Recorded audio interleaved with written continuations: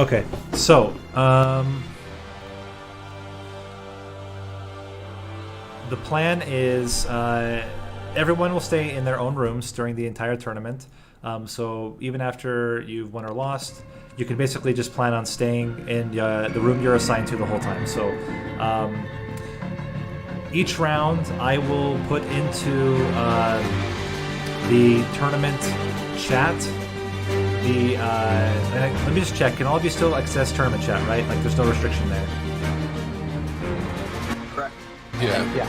Okay, good. So then I'll put into the tournament chat the hold on, I just gotta change volume here. I'll put into the tournament chat the code. So I have all the codes ready. You're not going to see anything surprising, so it's going to be very similar to the qualifier round. It's vanilla, Covenant 25. We're going to go through the remaining 3 champions, so just don't think there's going to be any surprises I'm going to pull on you. It's just going to be some standard runs. I have not looked at them, so I created them. I haven't tested them, so it's going to be fresh for everybody. So just before we start each round, I'm going to do a quick check on everybody's tournament room. Please make sure you're sharing your screen. And first thing before we jump into the game is just pull up your list of mods installed. I'm going to do a quick check just to make sure there's nothing that you may have left on by accident that would flag it as a gameplay change. So after we're done in this preview session, go into your own tournament room, share your screen, and just open up your list of currently installed mods. Then, as I said, as we get close, I will post the code. And while I'm doing commentary, I'm going to be jumping around from room to room. And most of the time, I'm just going to be viewing while commentating over the top, so there's nothing you need to do. I would ask that you're muted during that on the stream, because no one else can join anyway. So if you're going to be streaming, mute the Discord side, and then keep yourself open if you're streaming on Twitch or wherever else. However, I may, if I unmute myself and start talking to you, that's kind of a signal, if you're comfortable with it, that I might do a little bit of in-game interview, just asking, what's your plan? What are you thinking about this current run? How are you feeling about, just basic interview kind of stuff that you would get in a standard tournament. So, but as I said, I will signal to you if I'm wanting to do that. If you don't feel comfortable doing that type of interview style thing and are just fine, you know what? I'll share my my broadcast, but I don't want to have a chat. Just send me a quick note. So private message me on Discord, and I'll make sure that as we go through, I'm not asking to interview you. I don't want somebody to feel uncomfortable all of a sudden being put on to have to answer questions and stuff in the middle of a run. Again, the run is limited to 45 minutes. I will give you a 5-minute warning before, and that's your signal that you need to abandon your run before the time limit's reached. So again, it's all based on score. So even if you don't finish the run, that doesn't necessarily mean you don't qualify for the next round. It's simply at 45 minutes, you should either have finished the run or have abandoned the run, and that's your ending score. Best would be that you basically let yourself get killed, because it will give you more points than if you abandon. So just so you're aware, if you're in the middle of a battle, better to just let yourself die before the 45 minutes. You'll get a slightly higher score than if you purely abandon, because of the way the rules work, you get points for how much damage you do to bosses. You can restart, so there's no rules against restarting battles. It's all based on time restrictions. So if you feel like you can restart every battle and still complete the run, you're at liberty to do so. There's no restriction there. So feel free, as you wish, to try to use your time. And yeah, again, no prize this first time, but the intention is just to have fun. Maybe in the future I'll talk with the development team and see if they're willing to sponsor future tournaments. But for now, I thought let's just put together a friendly tournament and go with that. I think we have right now 1, 2, 3, 4, 5, 6, 7, 8, 9 participants. Seeing if there's anybody else. Restart battle button is allowed. Yeah, absolutely. So if you have it, you can use it. That's no worries.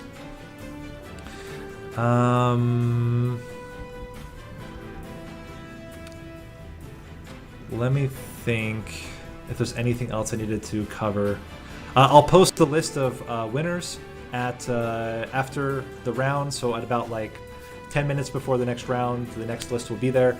Oh, actually, this is also good. If you get disqualified between any of the rounds and would be interested in doing commentary with me for the remainder of the tournament, send me a short message, and then I can give you rights to commentate with me on the later rounds. But that's up to you. If you're feeling interested in doing that, just send me a note, and I can add you that role in case you're interested. I think that covers it. So again, first round quarterfinals, top 10, and then semis will be top 5, move on, and then the finals will be the top 5 players. Yeah, as I said, if we're low on people, could be that everyone qualifies, so no worries there. We will just use however many people we have. It was very similar in the last tournament Narnini and I participated in. We also had a warm-up round, so it could be really fun. Oh, last thing, before we start, jump into the tournament chat and do a quick, basically introduction to yourself. So go ahead into the tournament chat, type a short introduction, and if you are streaming, include your link for streams, and I will also link them in the Reddit post that I make for the tournament in the comments. And with that, you're free to jump into your tournament rooms, and I'll be posting the code in 20 minutes. So good luck. If you have any questions, feel free to private message me throughout the tournament, and have fun. Thanks, you guys, for supporting, and I hope you all have a good time.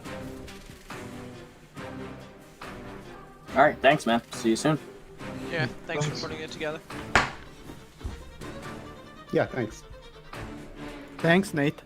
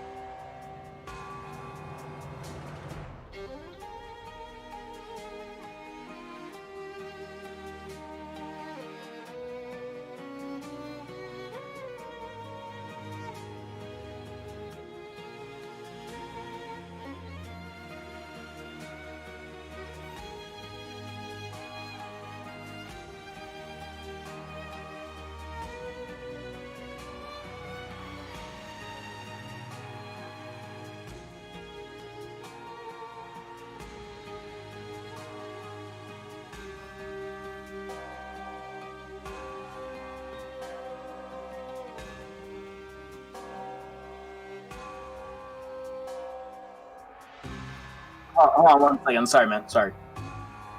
What was that? Oh, yeah. No worries, my man. All right, man. Thank you.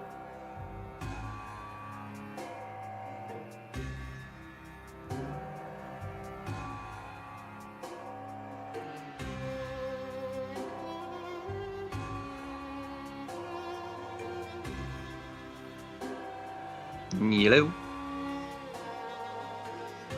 I don't. Yep. Thanks.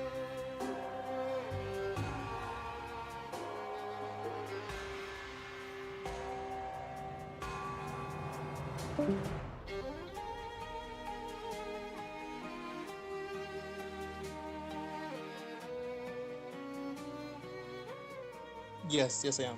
Xbox?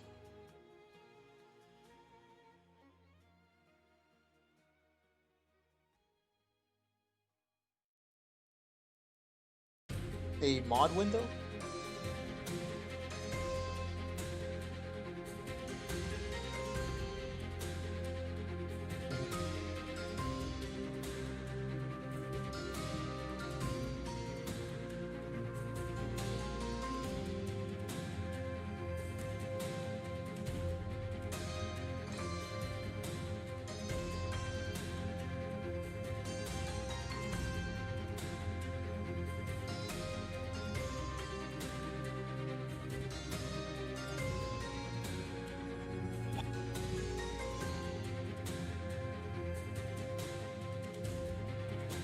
Mod settings. Let's see.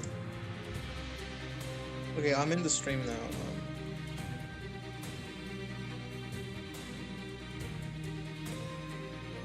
I'm sorry, can you point again where? Oh, okay.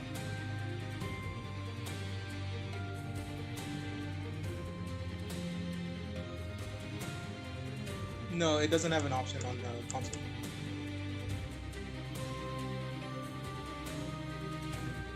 Alright.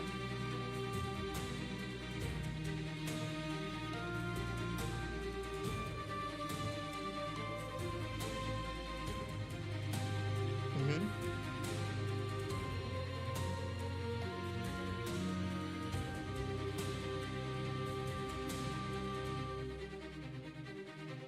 Yes.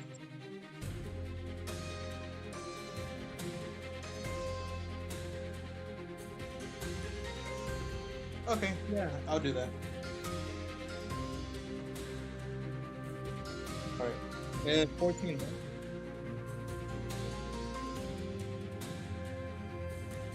Okay. Okay, thank you. Hey, sorry, I missed that. What screenshot am I supposed to give you on the mod, please, to make sure that I don't have a modded one?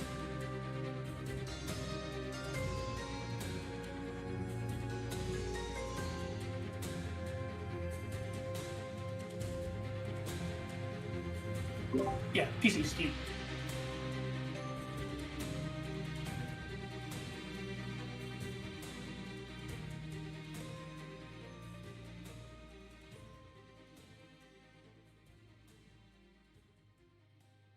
Okay.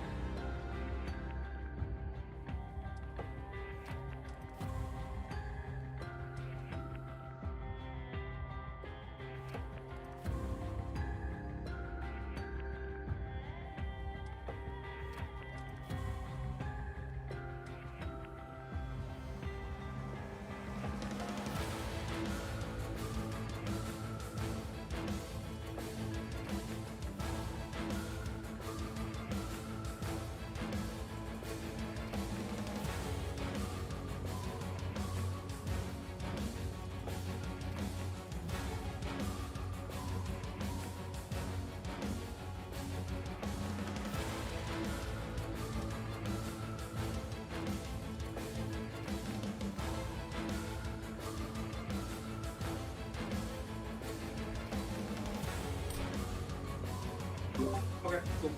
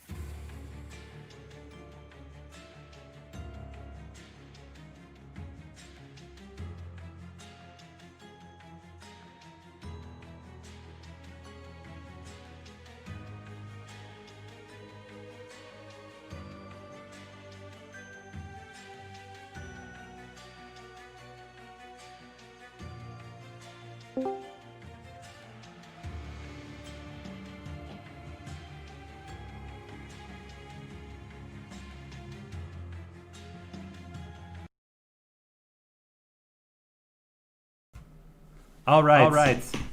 Welcome everyone. And let me just fix something really quick. And then we'll be good to go.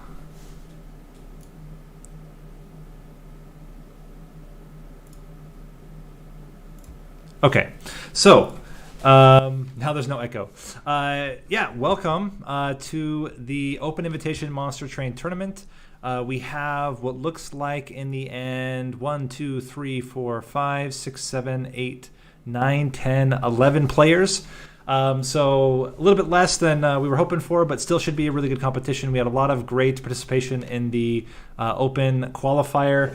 Unfortunately, we had a lot of players that couldn't make the time, but we are still going to have, I think, a fun and enjoyable competition. So this is the way the tournament's going to be structured. We have 3 rounds, a quarterfinal, a semifinal, and a final round. In the quarterfinals, the top 10 will qualify. They're all going to be playing the same custom challenges, which we'll reveal in just a couple minutes. Feel free, viewers, you are welcome to play along. I'll be doing commentary on the different players, how they're approaching the run, get some interviews in as well during each round. And yeah, should be a really good time. So again, quarterfinals is top 10 will move on.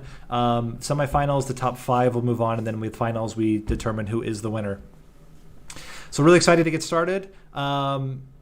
I participated in one tournament in the past, but we need more of these. So we're doing this one today. We'll definitely be doing more in the future. And the theme for this one is classic Monster Train. So we've been doing all of the original Monster Train champions in the original Monster Train clans.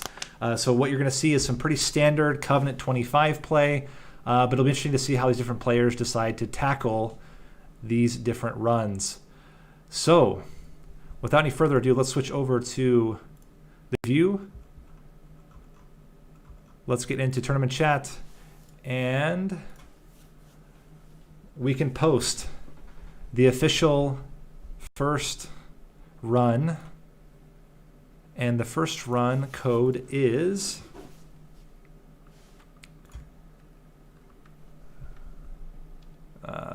copy Found Explorer Union. So the quarterfinals are officially live, and we are ready to go. So Found Explorer Union, again, you are totally free to participate on your own, even if you're not playing in the tournament, just for fun to watch what's going on. This particular challenge is a Stygian Guard Melting Remnant challenge. Let's pop into some of the rooms and see how the players are doing. We'll start with Sal-Link here. And you know what? Yeah, we should be good. Let's just jump in. And how does it look like we're starting with? You know what? Let's get that Monster Train music rolling in the back. Okay, so looks like he had a choice between double extinguish triggers and jack strips. And we have a choice between Chill Wind and Handheld Totem. Very, very interesting. I would expect most players will probably go with Chill Wind. And it looks like Gabriot, Sanguine Penguin, a lot of them are already jumping into that first round. Let's pop over to Gabriot for a second.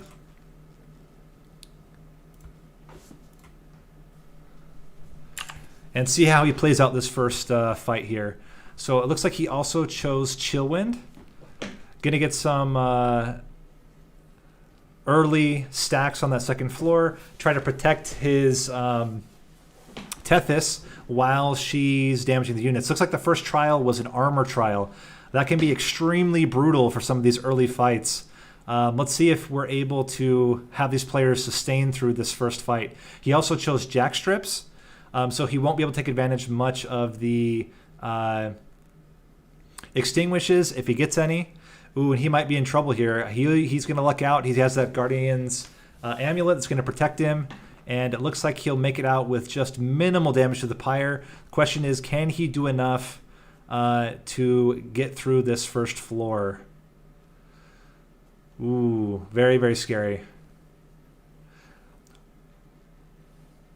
Looks like he's doing okay.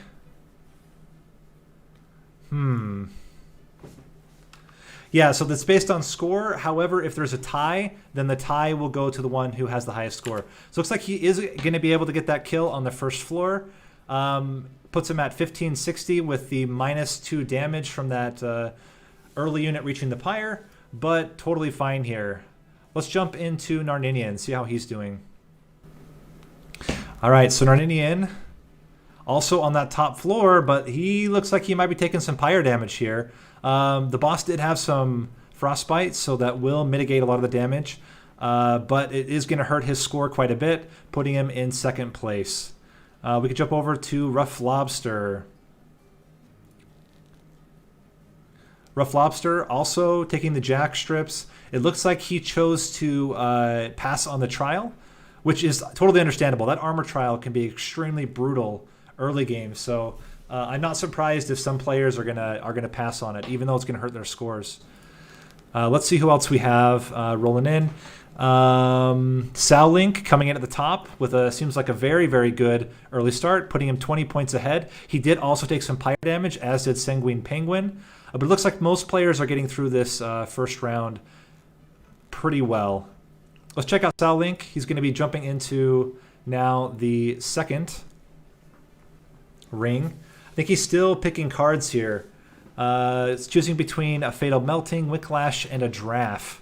So certainly the Wicklash should be quite good at keeping some of these burnout units alive longer, although you may say it's debatable with the dregs. A Fatal Melting is decent AoE, which can be a struggle for Tethys, right? Especially Chillwind Tethys. Ooh, some really strong unit choices here between the Lodestone Totem, if you want to go for that Incant Sap build, and looks like that's what Sal Link's going to do. Let's jump into Hans Kruger and see how he is doing so far. Looks like he's still playing that first round, but it seems like he's doing okay so far. Interesting. Let me close my monster train out for a second. He might struggle a bit with that armor trial. He's going to luck out here with the Guardian's Amulet. That's certainly going to come in handy. Yeah, let's see if he can catch up a bit and maybe pull back some time here. He's a little bit far behind the other players. Let's go with back to Narninian for a second. Looks like Narninian's having to do a restart. And again, restarts are allowed. So they can restart as many times as they want, but it does affect their time. So they do need to be careful about which rings they choose to restart and how many times they choose to restart. Looks like he took that spike trial, and that may be what's hurting him, because the spikes are going to be pretty brutal for Tethys, especially this early. Maybe he chooses to not play Tethys. Oh, he chooses to let Tethys die, maybe with the expectation that he can bring it back later. Very interesting. All right, let's jump into Hungry Gamer. Hungry Gamer's also on the second trial. Looks like oh no, he's still on the first trial. Okay, he may have had to restart this first trial here. Let's see how he does. Looks like he's going a little bit smoother this time. And ooh, Gabriel's already on ring 3. Let's check out how he's doing and see how it's looking so far. Seems pretty good. Oh, he duplicated his Sap Totem. Very interesting. That gets going to be very strong for Relentless. Could present a problem if he can't get enough Saps early, but let's have a quick chat with him and see how he's thinking so far. Hey, Gabriel. Looks like you did the 2 Sap Totem setup. What's your plan here?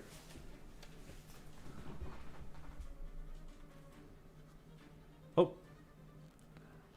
I'm not hearing you if you're talking. Maybe my sound's too loud. Let's see if I can turn it down.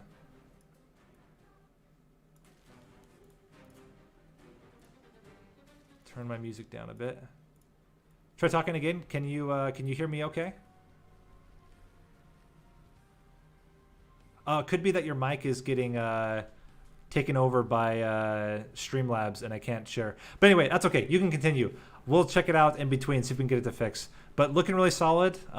Double Sap Totems. Very interesting build. I'm excited to see how this goes for you. All right, we're going to switch over to Sal Link and see if we can't see how he's doing. Sal's still with the 1. He just finished ring 2.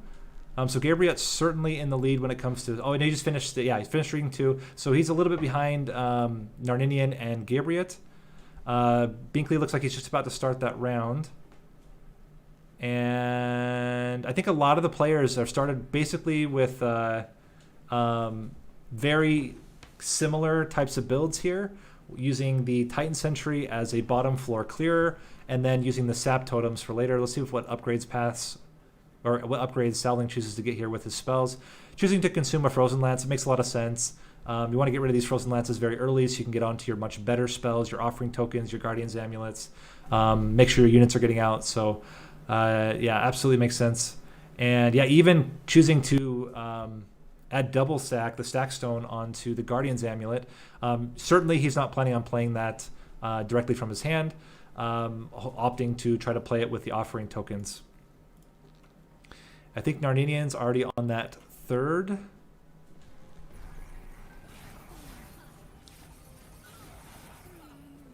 And just finishing off that third one. Whoops. Is he sharing twice? Or am I misunderstanding how this is working? Anyway, doesn't matter. But he just seems to have finished that third one okay, putting him in the lead.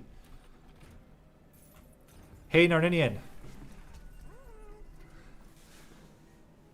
Looks like you are in the lead right now in terms of time and points. We haven't seen how the others are doing. What's your strategy right now? My strategy is to not worry about getting early kills. Just try to take all the trials and win. So we'll see if that works. It's coming to 25, so I think that might be good enough. Very cool. So going with the Titan Sentry on the bottom floor, I saw from the last couple, and then using your Sap Totem, right? Yeah, and I kind of struggled with the first ring a lot, so we'll see if I can catch up now. I don't really have room for the Sap Totem and the Titan Sentry and the Baron, so I'm kind of playing it by ear. Well, good luck, and we'll check back in a little while. All right, cool. Let's switch back over to, maybe we check out Brinkley. We haven't checked in with Brinkley for a little bit. Looks like Brinkley is going for, ooh, interesting. So he chose to get, I think that's the Icy Stylophyte, or is it Cold Celia? No, it's Cold Celia. So he took a Cold Celia. He also has a Titan Sentry. He also has a Sapstone. He could run into problems with having too many priority units. We'll have to see if that ends up becoming an issue or if he's able to manage it. But it looks like he's able to get a solid kill onto Talos on this third ring, only taking 2 damage. So puts him pretty comfortably in the lead. Let's check in with him and see how he's thinking about the run so far. Hey, Binkley. How is the run going for you so far? Just looking, you're pulling in the lead right now by a solid 500 points. If you can unmute, be curious to see what you're thinking about the run so far and how you're planning to play it out. Yeah, so can you hear me? Sorry. Yeah, I can hear you just fine. Yeah, I think I'm going to try to go Incant. I know that it's Sap Seraph, though, so I need some bodies, which I have with Degs. I did not take the Reform, though. I have Endless Shark and the Lodestone Totem, so I'm hoping to just build a Incant deck. Although I just realized I had not picked up the Mermaids, so we're sort of in a weird territory now, and I might just flame out for Ring 6, honestly. Well, good luck. I think the build seems okay. The Endless Shark will certainly help, especially with the big multi-striking units that you get with Seraph the Temperant. And then hopefully, with your Sap, you're able to make it work. But yeah, we'll check on you later. Good luck. And it seems like a solid build. So we'll check back in later. Sorry. I'm also getting used to commentating. Yeah, that's all good. Let's check out Sanguine Penguin. He is currently on Ring 4, similar to a lot of the others. Definitely, you see the common trend. Endless Shark, he chose to go with the Guard of the Unnamed, which is very interesting. Right now, choosing to combine it with Dregs and a Sap Totem. Oh, he did take the trial here. We had another armor trial, but it seems like he's able to manage this okay, although it might end up giving him a few leaks here. Let's check in with him and see how he's feeling about the run so far. Hey, Sanguine Penguin. Ring 4, and how are you feeling so far on this first quarterfinal challenge? Hey there, sorry I had to unmute myself. How's it going? Doing well. We're doing okay, I would say, maybe. Kind of depends on how this trial goes that I'm taking. I did armor 10, and I kind of have frostbite strategy going right now, and it's a little close in some of these fights, so... So you took the Endless Shark. I think that makes a lot of sense. I expect that most players are probably going to do the same. And then the question is really, Temperant, gets kind of scary. It helps certainly to have an Endless Shark like that. What will be curious to see is how everyone deals with getting enough damage during Relentless, but certainly with the Sap Totems can work. Yeah, I have like a backdoor Tethys kind of reform strat in my head too. Okay. If that may work. I don't know if it's going to be that great, but it may work. I leaked a little bit of damage here. I don't. The one thing I'm like a little new in the game as far as this goes is like I don't know like how to maximize score. I know that obviously you want to get them like on the bottom floor, but like other than that, that's really all I know. Yeah. So like, is it worth leaking like 10 points or nah? That's like where I'm like not sure. Okay, But- that makes sense. Yeah, it's kind of a difficult thing to sort out, and especially, you know, a lot of it comes from flying kills, and the question is, at Covenant 25, can you really expect to get flying kills? Right. Can certainly be a challenge. But it seems so far the build seems okay. I'm excited to see how the rest of the run goes, and good luck. We'll check in with you a little bit later. All right, sounds good. Have a good one. Yeah, so just to comment so far, a lot of the players are going with the same kind of stuff. You get the Sap Totems, you get the Endless Shark. It makes a lot of sense. And for you newer players, I think a lot of people underestimate the value of having those Endless Sharks. And I just totally realized that my chat box is behind my chat background here. And Hyperathon, thanks for the host. And yeah, certainly a very interesting build we have running here. With most of these players. Ooh, I see Hungry Gamer chose to dupe his Titan Sentry to get 2 of them. Very interesting. We'll see if that ends up helping him. If he has enough space for them, right? But it looks so far like he's doing rather well. Finishing off this Ring 4 fight. Took a little bit of damage there, but sitting kind of comfortably in 4th place right now. Let's jump into Grolox or Loxy and check out how he's doing. Ooh, interesting. Saw some very different units. So he's doing a completely different strat here. He's got burnout units. He's got some drafts. So it looks like he's going with more of like a reform-oriented build. Could be really good. I mean, one nice thing about the reform-oriented builds is that they're not affected as much by Seraph the Temperate. So that could be an advantage for him, whereas a lot of the other builds, you're going to have units sitting for a long time, and you're going to get a lot of sap on them. So if he goes all in on this reform, maybe that works out for him. Very interested to see how that plays out compared to some of the others. And let's see. Let's go back into Sal Link here and see how he's doing. Sal Link sitting pretty comfortably in 4th place, but he is 1 ring behind. He may have had to restart a couple. Let's check in with him and see how he's feeling about it. Hey, Sal Link, how's it going? How are you feeling about the run so far? Hi, Nate. I think it's going pretty well. I feel like I have a working strategy already. That's always a nice thing.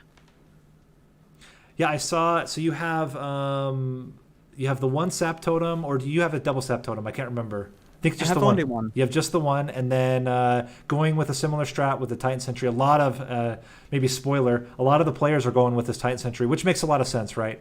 Especially against Temperate. Yeah, of course. That's what I would expect here after all. Really like the combo with the Permafrost becoming free. I think that's going to be extremely valuable. Yeah, exactly. Clause. Yeah.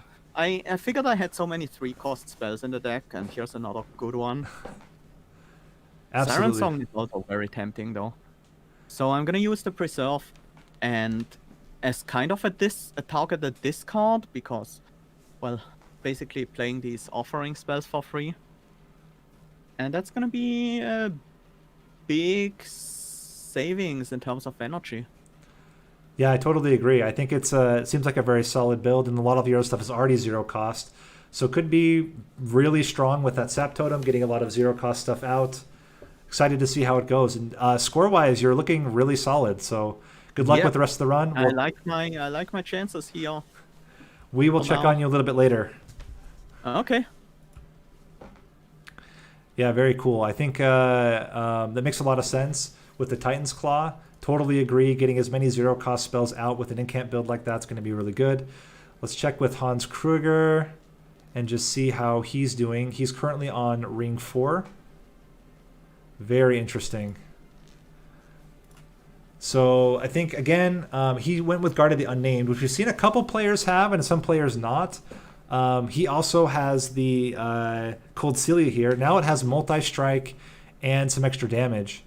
So really, really leaning into that Frostbite. Maybe let's check into him to see how he's doing. Hello, Hans Kreuger. How are you feeling about the run so far?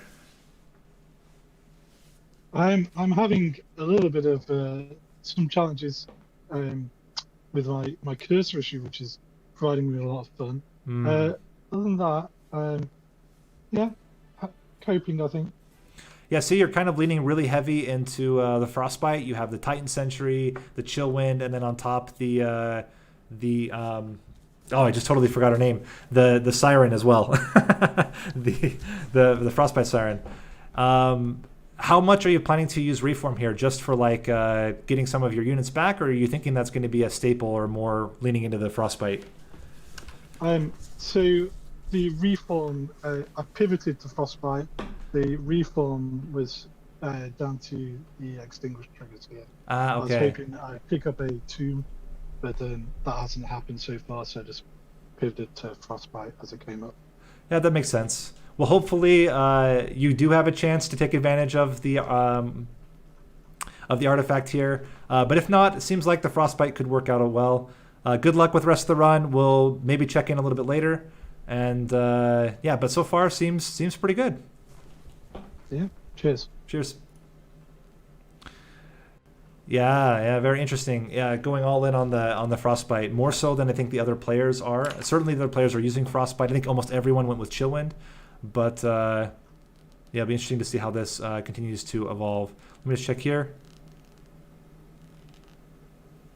Oh, Binkley. Let me just check in really quick. What's the issue, Binkley? How'd you disqualify? Did you accidentally abandon the run, or are you restarting?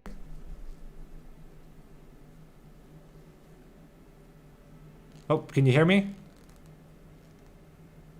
I tried to restart the battle, but I think I messed up, so I just DQ'd myself because it's not here anymore, right? When you restart the battle, you're supposed to go to the main menu and come back, right? Go to the main menu, go to challenges. You should be able to go to the same challenge. So community challenges, and it's the same found Explore Union. You'll see that red flag means that you're still participating. So I then didn't realize that. Okay. Then you can continue the run. Thank you. No worries. Thanks. Appreciate it. I've never done this, so. No worries. I've never played a challenge and not finished. Okay. Thanks, man. I appreciate it. No problem. How are you feeling about the run so far? It's not going that great, but it's all right.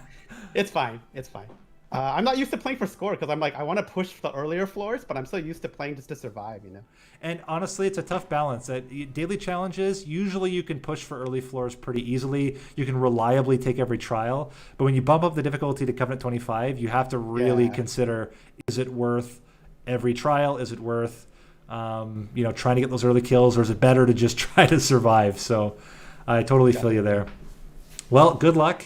Hope the rest of the run goes well for you. We might check in a little bit later. Cool. Take care, man. Thanks. All right, so up with Gabriel. He's currently the farthest ahead and seems to be in the lead as well. Although Link probably can catch up once he finishes Ring 6.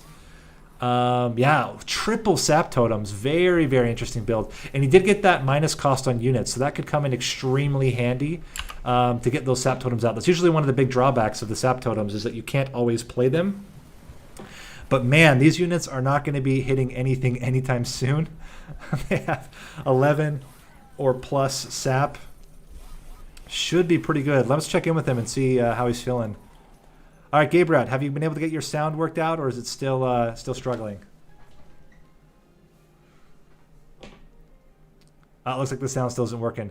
I'll just comment, just was mentioning to viewers that the triple sap is very, very, very interesting. With the minus cost on units, I think it's a really solid play.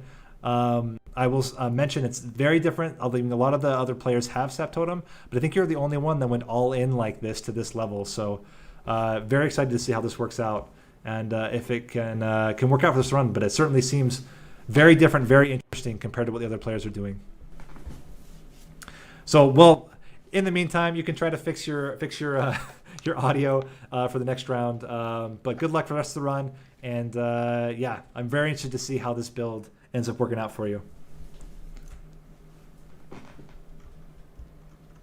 Cool. All right, let's see. Who haven't we checked in on in a while? Ooh, Sanguine Penguin. Let's see how Sanguine Penguin's doing. He looks like he's a little bit farther back in the run.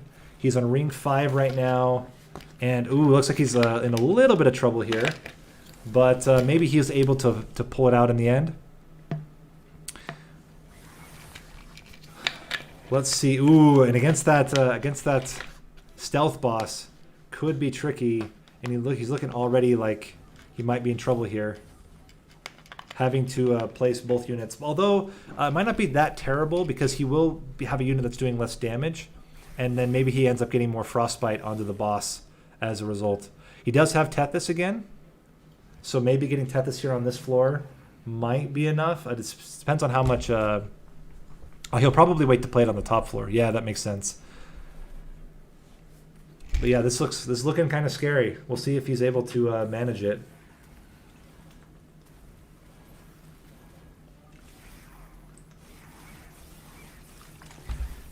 I think with the sap, he should be okay. Getting the Titan Sentry out, getting a couple spells, and he's able to manage it. Let's check in with him and see how he's feeling. So that was a pretty tight floor there. How are you feeling, Sanguine Penguin? Not great after that one. But I mean, I got it. I got through it, so I guess that's all I can be happy about. I was looking for a solution for a while on that. It was mostly about when I could pull Tethys out for a second time. But that's okay. We're making strides here, I think. Yeah, I mean, I only caught the tail end, but dropping the unit down actually ends up being really smart because you get more triggers on the Titan Sentry because of his lower damage. So right. Very nifty. But yeah, it kind of just worked itself out. So I'm kind of happy for it.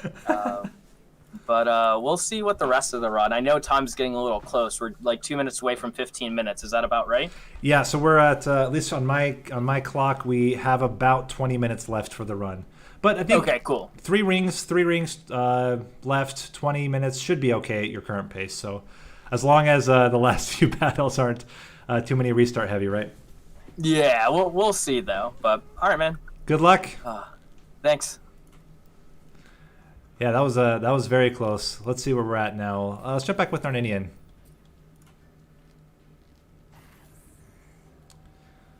Interesting. So I gotta think about how, because he's sharing two different ways. Maybe I can remove this one. There we go. Now I'm just seeing the one. Okay, so he is on ring 7. Oh, Gabriel's almost finished. Ooh, he might get a little bit of pyre damage here. And ooh, he's struggling to get enough damage on some of these units here.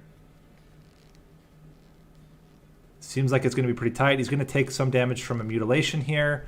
Shouldn't take too much damage from that unit, though. But yeah, it can be a real struggle to kill units. That ice storm really coming in clutch here for him. He is taking a little bit more damage. Can he get enough damage to kill off this top floor? That's really the question. Looks like he's gonna be okay, and not currently able to kill the boss, but I think that shouldn't be too big of an issue later on. He's able to get a solid 100 sap, or 100 frostbite. That just barely saves him. Then the question is, can he get enough frostbite with the double and the Titan Sentry? Might be just enough to pull it off on this top floor. But it's going to be very close. Oh yeah, it's right down. Okay, so he's able to manage it, but certainly very close. Nardinian, very close ring 7 there. Got a little nervous seeing all those units approaching the pyre, but that Hoarfrost effigy coming in clutch. Yeah, that's my game plan for getting a flying kill. We'll see if I can pull it off. I was not prepared for the Scourges. Yeah, that's a pretty brutal ring 7, honestly. I probably should have skipped that trial for sure. I think I'm not going to have to deal with Scourges in this final battle at the very least. So I'm going to try to just trim my deck down so I have all Hoarfrost all the time. Yeah, that makes a lot of sense. I think the nice thing about Temperant is the backliners are probably going to all just die to your Titan Sentries. So you shouldn't have too much of an issue with leaks like you have with that ring 7. But yeah, getting the flying kill is going to be really useful because I think once you start getting the tanks, that's when it could be problematic. I probably should have duped instead of gone to this side, but whatever. Oh, Frostbite. I don't have any tombs. Okay, I think we're good. Well, good luck on the last ring. And I think as of right now, at least, you're probably... Only one person's getting disqualified. You're probably fine to move on, but we'll see if something crazy happens. All right, thanks. Someone with Hungry Gamer. Hungry Gamer is also fighting that ring 7. Looks like it's going pretty well, although he is taking a lot of pyre damage from some of these units. Yeah, this ring 7 with the with all of the blights could be a big problem. Interesting, he took the Dogbone's favor. That might actually come in handy with getting some more HP and reducing some of the point loss. And if you're not aware, the way that point loss works is it's net. So every health that you get will actually improve your score. So if you take damage and then you heal it back in the middle of the run, it will negate a little bit of the damage taken. So Hungry Gamer, that ring 7, pretty tough. How are you feeling so far going into the Seraph fight? I don't know if you're able to unmute on the Discord.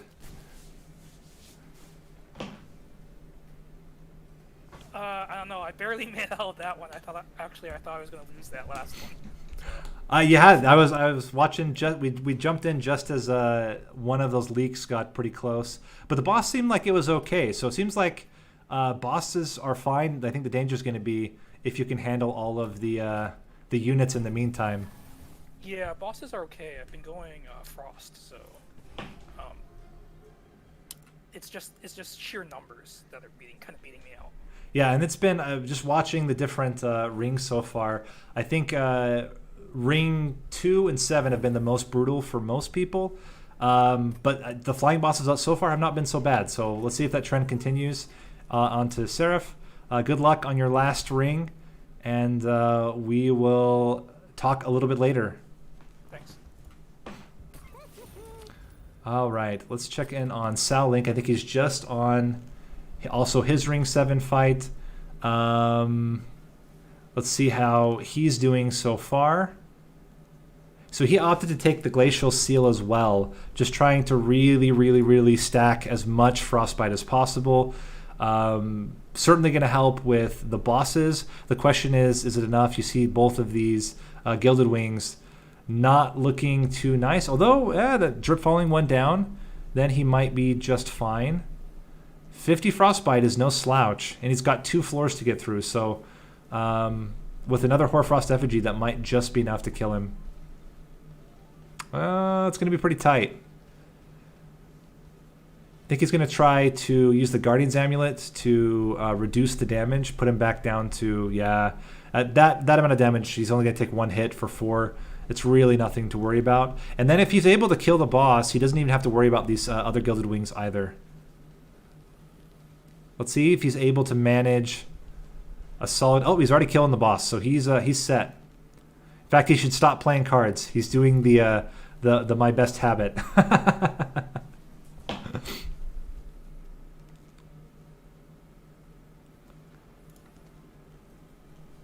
Very interesting.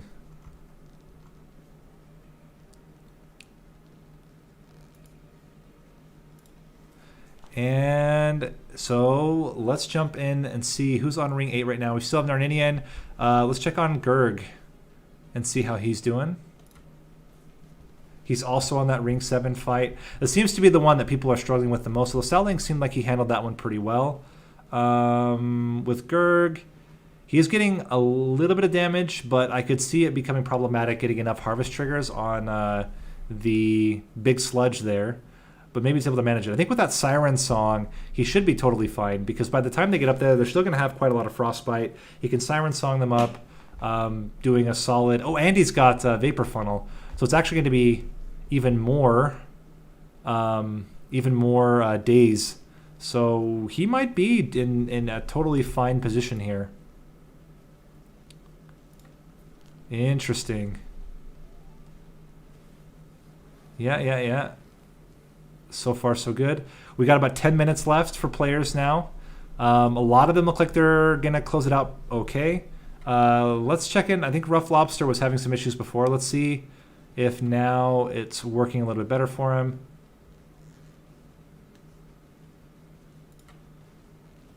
Hey, are you able to continue your run okay, or was that not working? I mean, I saw in the chat you were having some issues, but were you able to get it squared away, or are you still having some problems?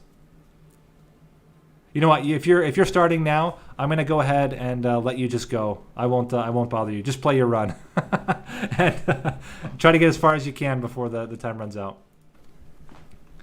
All right, let's check on with Grolox. He's also pretty far back. Looks like he wasn't able to get through that 4th ring. That's pretty tough.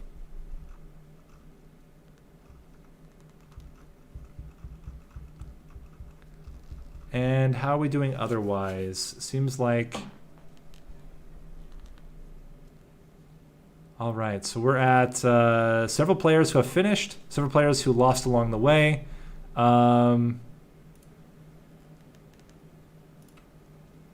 So I just confirmed, I saw your score still showed up. So you can play the run if you want, but your previous score, I think it was at like 9,000, is what's already been recorded. So this current run that you're doing right now is not going to be recorded because it's considered now the 2nd run. But no worries, as of right now, you're already in a good position to qualify for the next round. You can keep playing it if you want for fun, but no pressure now. All right. Okay, let's jump into Narninian. I think he's still on the Seraphite, or maybe he's just finishing it. Yeah, he's still working on that Seraphite as well. Is he able to finish his run strong here? That's the question.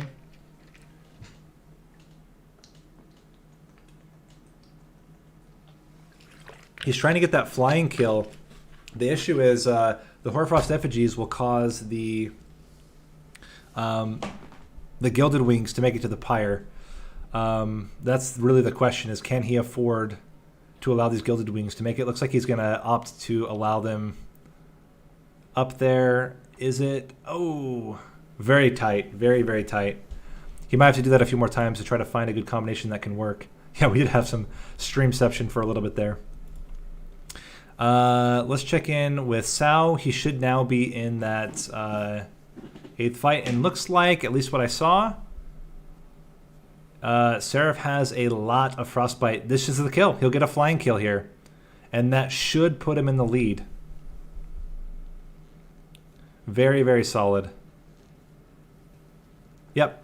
So he got a 6-turn kill, putting him at 45,000.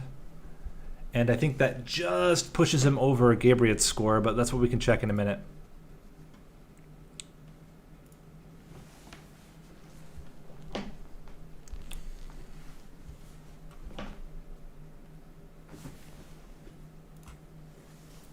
Hey, Salink, so we just caught that flying kill. I think that might have just put you into 1st place.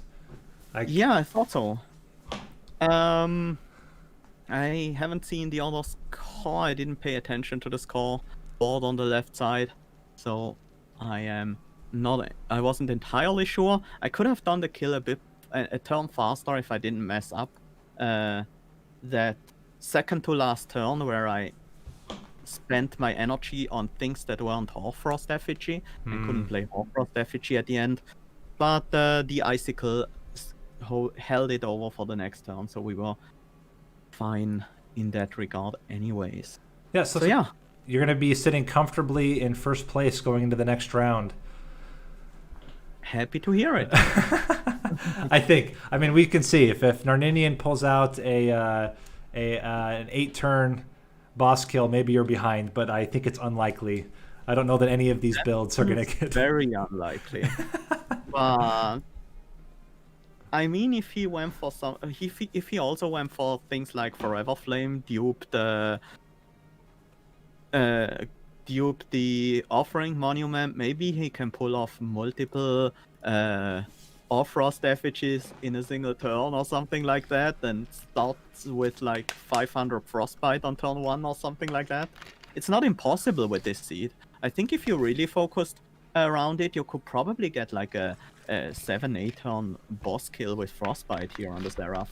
So that would require some very precise deck building. The build I thought was super interesting. If you look at Gabriet's build, so Gabriet, he went with a triple Sap Totem build. And got the -2 cost on units. So Yep. very, very interesting. He's the only one to dupe his Lodestone Totem that I saw out of all the players. So very interesting.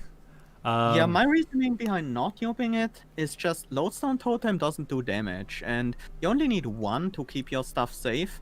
Sure, if you have 3, nothing will ever hurt your pyre. You will kill every boss easily with like 30-40 sap on them, but you can get flying kills like this. Very, very true. I think you could get a flying kill if you were just going pure Hoarfrost Effigy as your spell, and you're just spamming it. But I mean, if you're duping Lodestone Totems, you're not duping Hoarfrost Effigy. So I think it's interesting. Well, very good. Time's almost out. I'm going to check in with some of the other players, and then good luck going into second round. Thanks. I'm excited for it. All right, let's check out some of these that are still on the earlier. Okay, so we have a nice kill with the Sanguine Penguin on floor 2. Very good. That's going to put him, I think, into third place. I can't see the total score right now.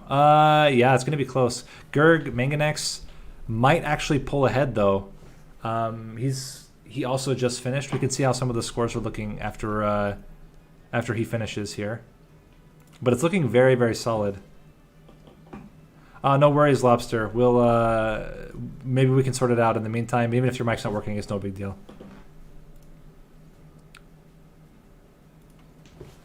All right, Sanguine Penguin. So you got a floor 2 kill. How are you feeling about the run? It went fun. It could have gone much better.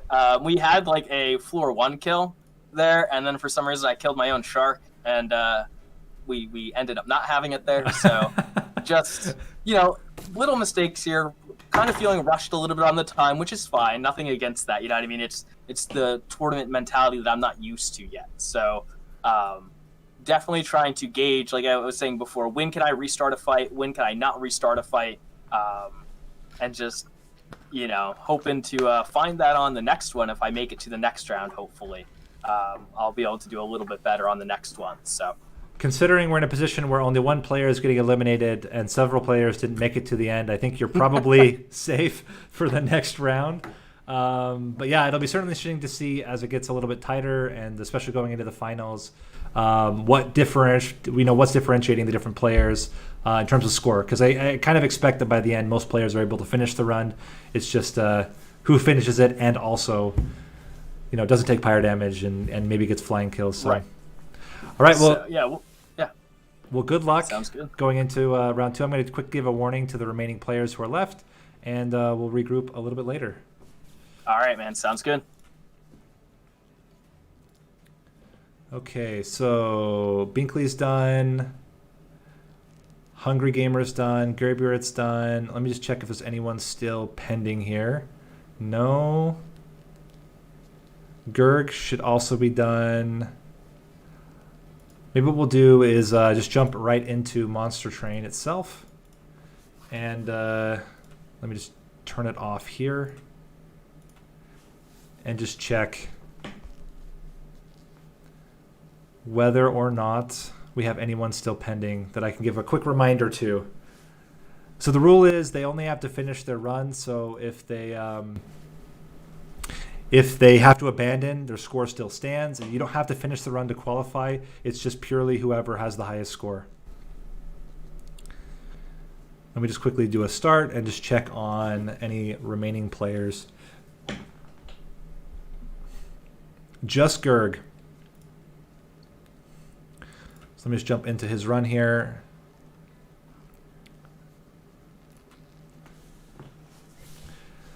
Hey Gerg, how's it going? Just wanted to confirm we're at basically 1 minute. So you won't get another restart after this. You should just let it play out so that you can have your score posted. You're definitely at your current score. You're going to qualify. But yeah, try to finish it out strong, but just know after this, we're at time. And let's see if he's able to manage it. Yeah, got it. Thanks. I think he should be okay. He might take a little bit of pyre damage here, but he should still be able to survive. It's a matter of how much frostbite he ends up having after the floor is cleared. He will be able to play another shark. Is that going to be enough to get the kill? And there's a good question. Do you put the Remnant host or do you put the shark? Looks like he's opting to put the Remnant host. Ooh, he's going to be very, very, very close to getting the kill here, but he will get the kill in the pyre with the Vapor Funnel, putting him, I think, fairly solidly into third or fourth place here. All right, so let's check out the scores really quick. Let me get my Monster Train window up here for a second. And we will check out current scores. So after round 1, we are sitting at Sal-Link in first place at 45,000 points. Gabriot at second place with 38,000 points. Sanguine Penguin, 34,000. Narninian, 28,000. And after this point, we see players who were not able to actually close out the run that are dying to the pyre.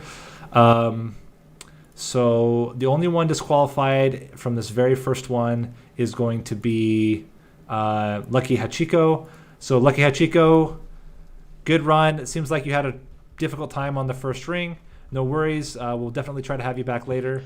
And let me jump into the participants channel here just so I'm not overlapping with other commenting. And so these 10 players here listed here are going to all progress into the semifinals. We'll be back with the semifinals in 15 minutes.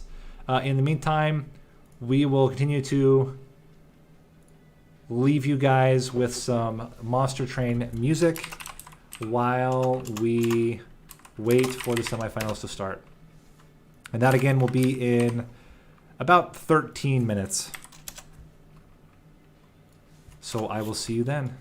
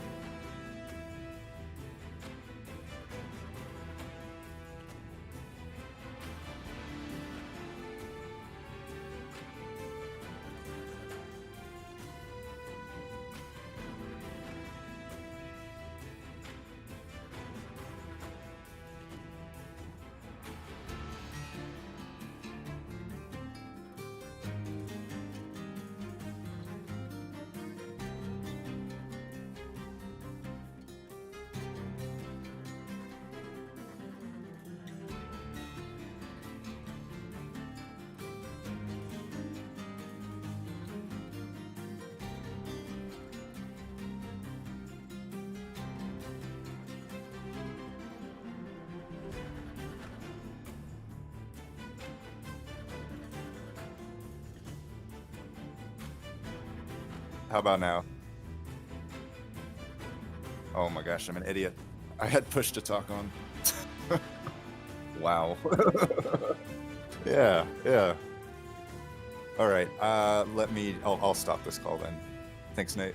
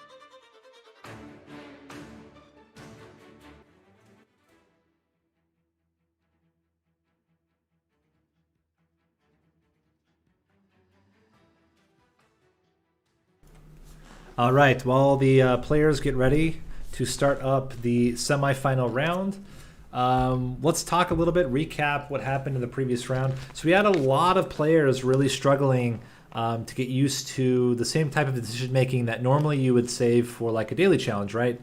Do I take every trial? Do I try to get flying kills? Normally when you're playing Covenant 25, it's just not something that you're considering. It's fun when you can do it, but it's not like, you know, as critical. But now when score becomes a bigger issue, you start to see that a lot of players are, getting into the trap of just take every trial, which Covenant 1, certainly you can do that. Covenant 25, it's not always so easy. So yeah, it definitely was interesting to see how some players did it. A lot of different kinds of builds we saw. Certainly everyone had a little bit of Frostbite as a component of it. Everyone, I think, took Chillwind. I didn't see anyone take Spell or Handheld Totem there. But very, very, very interesting. Very curious to see how we go into the second run. We can already do a little bit of a preview. So the next run coming up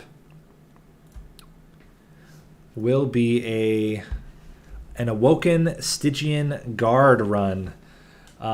So very, very different types of builds we're going to see coming up here. Very excited to see how the players tackle it. They will be starting in just a few minutes here.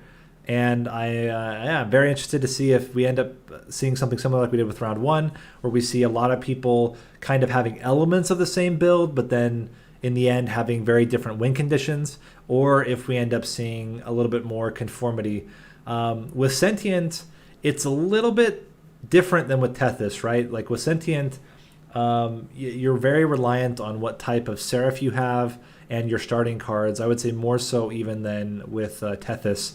So it'll be very interesting to see if because of that, we see everyone kind of going all in on the same types of builds, or again, if we see that same divergent set that we had before. I think the players are just getting ready to, they're still chatting it up in the tournament chat. Maybe we can get an idea about how that's going. Let's switch over back to the tournament view here. turn off Monster Train for just a second. And you can kind of see they're discussing, trials and say, what do we think is the right setup? What about Ring 7? I mean, we saw a lot of players really struggling when they got to Ring 7. That was kind of a turning point for a lot of the runs, whether they were going to make it through the rest. So very, very, very interesting. And I think now, just a couple minutes left. For those watching, what are your guys' thoughts? How do you think the players did? I think certainly the Frostbite build made a lot of sense. Link was definitely the one going all in on the flying kill, and I think he had the health to do it. If you compare with like Narninian, I think Narninian also had the right build, just lacked the pyre health, which is why he ended up dying on that 8th ring. And so yeah, I think it's going to be one of those risk reward scenarios where they have to decide, is it better to get that flying kill, set up that flying kill, or would it make more sense to just kind of wait until whoops. Oh, I guess my call was continuing. I turned that off though. All right. And now at 1 minute left.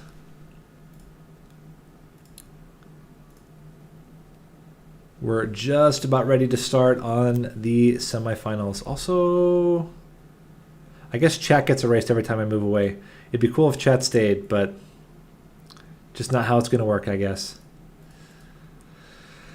All right. And we are ready to go. So let's grab the challenge code. I'll share here first.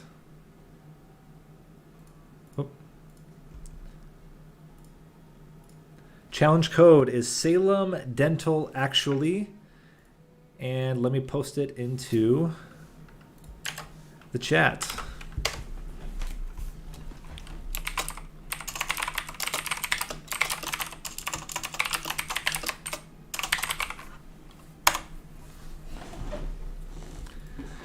So how does the tournament work?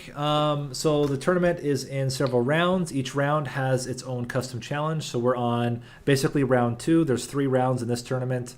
The top 10 players are playing the same custom challenge. So if I jump into it right here, for example, you're going to see all those players listed below. And yeah, they're slowly all jumping into the run.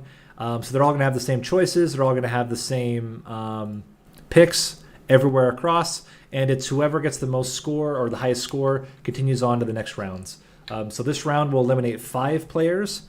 So the finals will be the top 5 players competing for the win. There was already a qualifier round that started on Thursday this week, and the top 15 qualified. Ended up that only 11 could participate because of timing. But yeah, and we're going to continue the same format moving forward. So if you're interested in wanting to participate in a tournament in the future, we will be doing one in February again, probably mid-February. I'll put out more information as we get closer to that. And yeah, without further ado, let's jump into some of the players and see how they are doing. We'll jump back into Discord. And let's start with Link. He was first place out of the last round. Oh, hey, I'm unmuted. Let me mute myself. Sorry about that. Sorry, Link.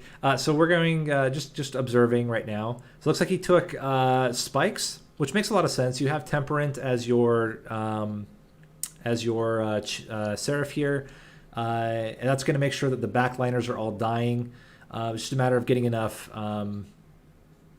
sustain onto your Sentient so that it can do enough spike damage to kill Seraph. If you can do that, then you're just fine. But it looks like he's already having a little bit of trouble getting that early floor kill. Certainly can be tough because you only have 30 HP and you're only doing 10 damage per hit there. So the question is, does he double up? It looks like he is going to double up just to be extra safe, make sure that he's able to finish off this first floor without any problems. And he'll get a very solid first floor kill without any leaks. So seems pretty good so far. Looks like Sanguine Penguin was able to manage a lower kill. Let's check out his run. Looks like he's already into his choices here. Interesting. So now you got some sweep units. You have the sapwood, which is not really the greatest unit, but can work, certainly.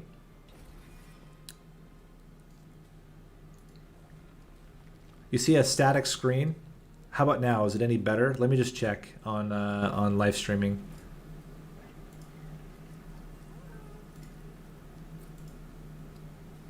No, this is not my run. This is the different players that are participating.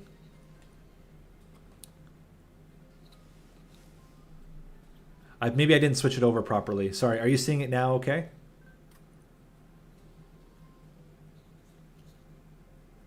We should be seeing Sanguine Penguin's run right now. Oh, okay. It's a little bit delayed. Okay, that makes sense. All right, so let's then jump into, let's see what Narninian's doing. So Narninian was not able to finish the run last time, but he still did okay.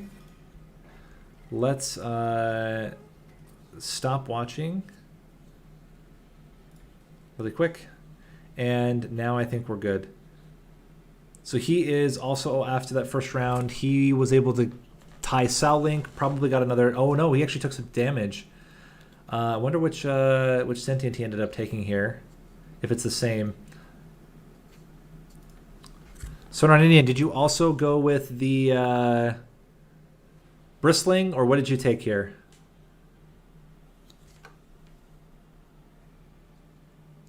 Yeah, I went with spikes. I figured it's going to be hard to make cultivating scale in the first 2 rings, and I'm hoping to go with explosive later. Okay. Hopefully that comes up for you. Otherwise, all in on spikes can also work, even if it's not quite as smooth maybe as the explosive. All right, let's check out Gabriel. I'm curious if any of them are going to end up going with cultivating here. It's like Gabriel had to do a restart, but he did go with cultivate here. Only players so far that we've seen that took it. All the rest have gone with the spikes. Certainly makes this try a lot easier, although he does have a sweep unit, so that might end up working out for him, that he has a pretty consistent way to kill off units. He also has the Offering Monument, currently can't fit on that floor. My guess is he probably played on the bottom floor earlier and then ended up either dying or just not getting enough scaling for the boss. So let's see if he's able to manage it a little bit better here.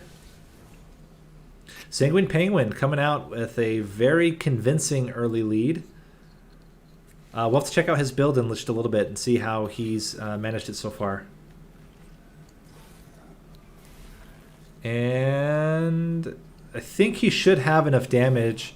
With the cultivating, he's going to get 30. He only needs 5 hits. Yeah, he's more than fine. So he was able to pull off a pretty solid top floor kill there, putting him pretty comfortably in 3rd place. Let's jump into Sanguine Penguin and just see how his run is going so far. So he's already prepping for his ring 3. So Sanguine Penguin, you have the early lead so far. Did you go with bristling or cultivating as your upgrade path? I went with bristling. I'm not sure what everybody else decided to do here. It's a mix. I would say a little bit heavier on bristling, but there are at least a couple of cultivating players, or at least one, maybe more. We'll have to see. Yeah, I wasn't 100% sure on the best way to do that, but I figured that if I get spikes, then that's like an easy answer for, early game people. Yeah. Or backliners rather, and just called a day on it and find. Oh, I also took the founding seal, so I thought if I could find a siren, right? This one, the Siren of the Sea, that with her she can hopefully be my frontline clear, and I don't know, we'll see. Well, good luck. Hopefully the bristling works out for you, and we'll check in on you a little bit later. All right, sounds good, man. Thank you. Yeah, I think there's a lot of interest in the bristling. It does make a lot of sense for the reasons we talked about during while we were watching Sal Link. Oh, whoops, sorry. Let me actually open this up. Tournament room. Because of the temperament creates two units that multi-strike and do a lot of damage. So I think it makes total sense that you would want to have something which can basically auto take care of them. Although it looks like here might be in a little bit of trouble that playing on the bottom floor. But let's check out some other players. Let's jump into. Looks like Hungry Gamer already got eliminated. Let me just check and see on the score here. Yeah, unfortunately. And Hans Kreuger also eliminated very early. I think they both probably struggled with that early game now. So Hans Kreuger, did you? I saw already that there's a score posted. Did you abandon early, or just not able to complete the first run, or what was the issue? I crashed out. I got completely destroyed by the first boss. Okay. I played on the top floor and just too many of the archers, whatever they're called, leaped through. Okay. Did you go with the cultivating then? I did, yes. Yeah. I think that was a hard one to play with cultivating that early first floor. There's a couple of, and by the way, you're not the only player that got eliminated on ring 1, so it was pretty brutal. And even across the board, looking at some of the players, the ones that did not take bristling really struggled in that first ring. Yeah, this is a rerun with cultivating, and it went much smoother playing on the bottom floor. Okay, that makes sense. Still not great, but it's been much smoother this time. Well, good luck on your second run. I think probably you won't qualify for the next round, but feel free to continue to participate, and for sure we'll get you in the next tournament. Cheers. Cheers. All right, let's see how Sal Link's doing. Looks like he just was able to manage the kill on the third ring here. Seems pretty solid. It looks like he's just doing some scouting right now to see what he's going to get later. That Shard Channeler certainly looks very appealing if he's going bristling, but opts for these spreading spores instead and skips the unit. He does have that founding seal though.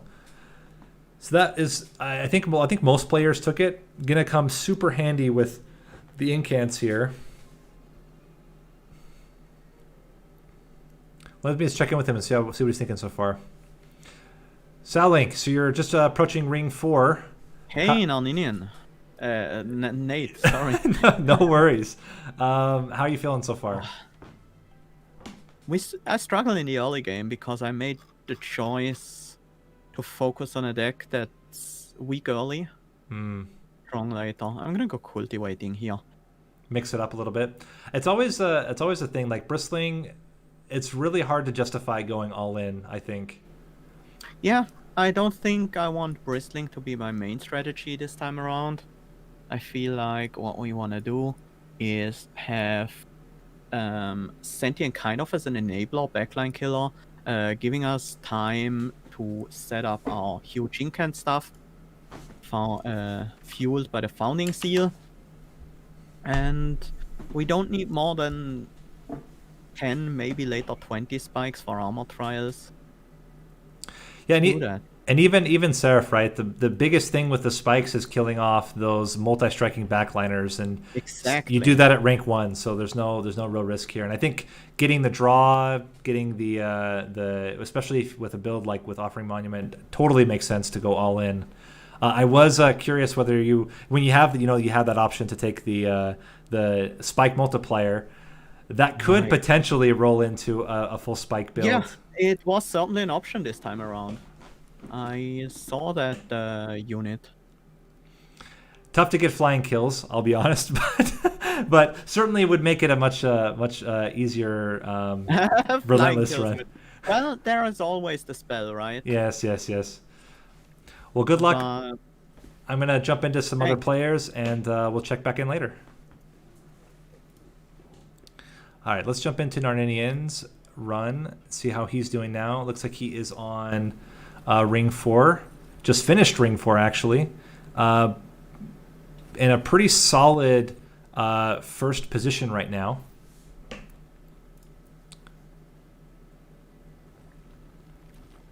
And Lobster, is your run not showing in the list? Let me jump in and just see.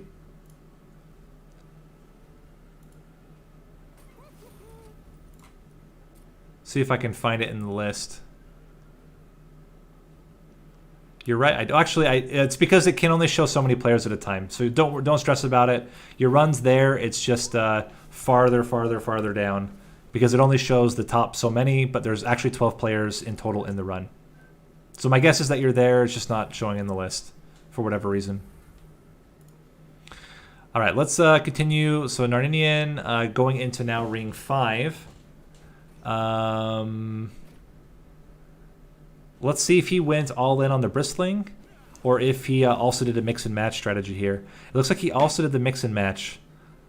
Very interesting. I wonder if a lot of players will end up doing that in the end. It does make a lot of sense. You get a lot of value out of cultivating, and you do miss out on a tiny bit of HP in the end, but I think it's worth it. So let's check out some other players, see what else we have going on here. We've not checked Loxy yet. Loxy is currently on ring 3, just finished ring 3. Seems to be taking a lot of pyre damage, so it might be that he's struggling a bit to organize a solid run here. He chose to go with cultivate so far. Let's see if he continues to upgrade the cultivating. I think once you go 1 cultivating, you probably just go all in on cultivating. But we saw with some of the others, right, that was a little bit of a struggle. 2 of them got eliminated for that very reason. They couldn't manage to kill the boss with cultivating on the first ring. Let's check out Rough Lobster.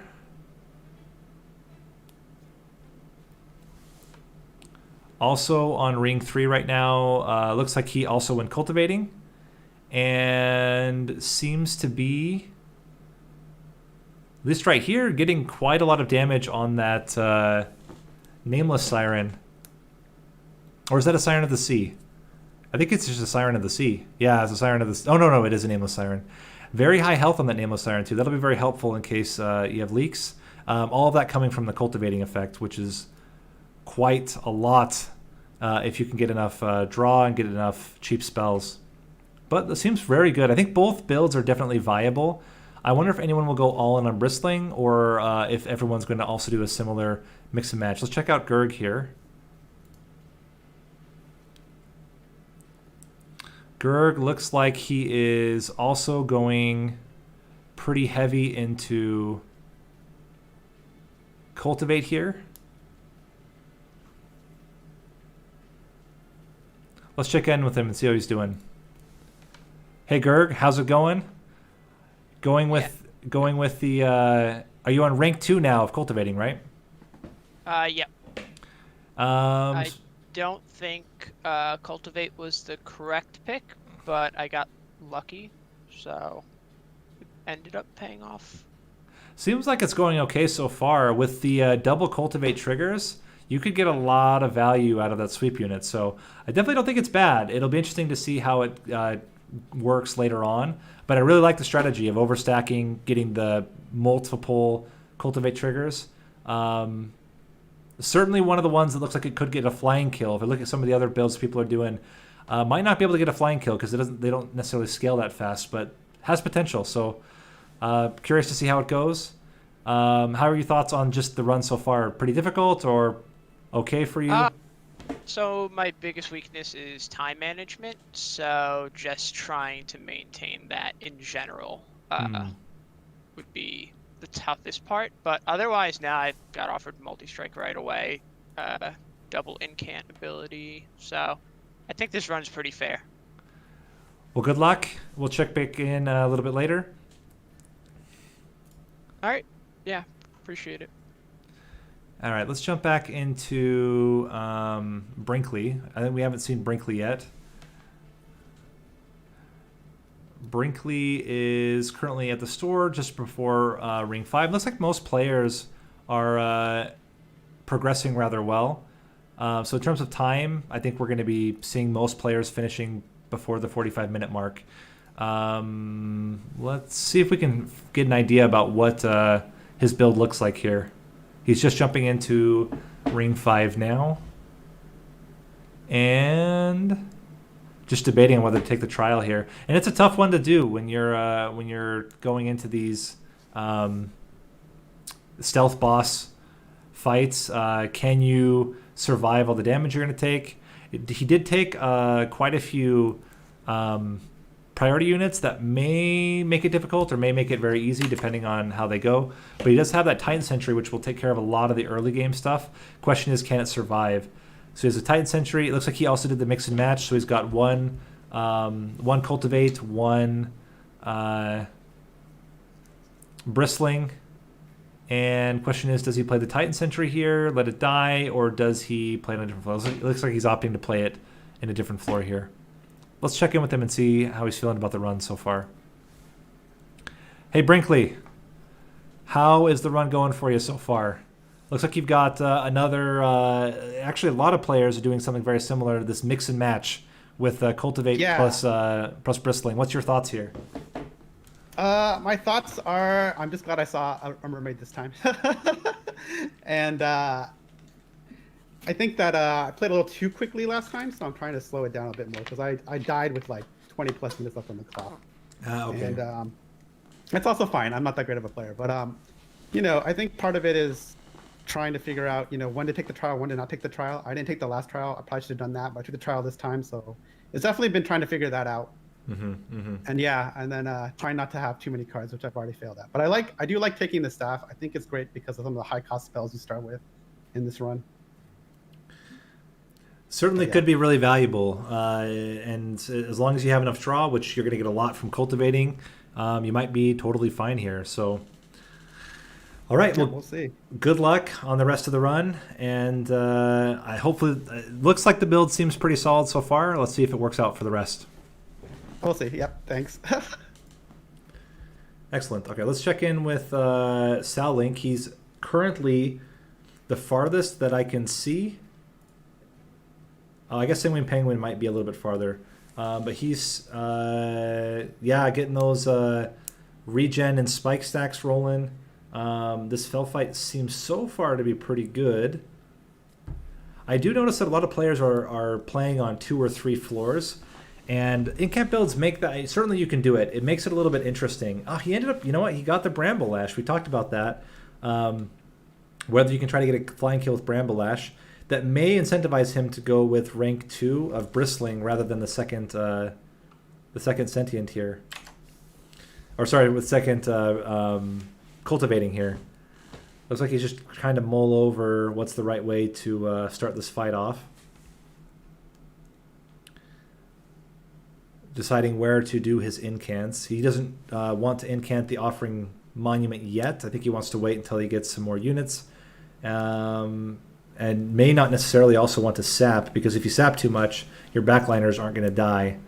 So it's a really delicate balance here. He needs the units to hit him, but he would like them to not hit for so much.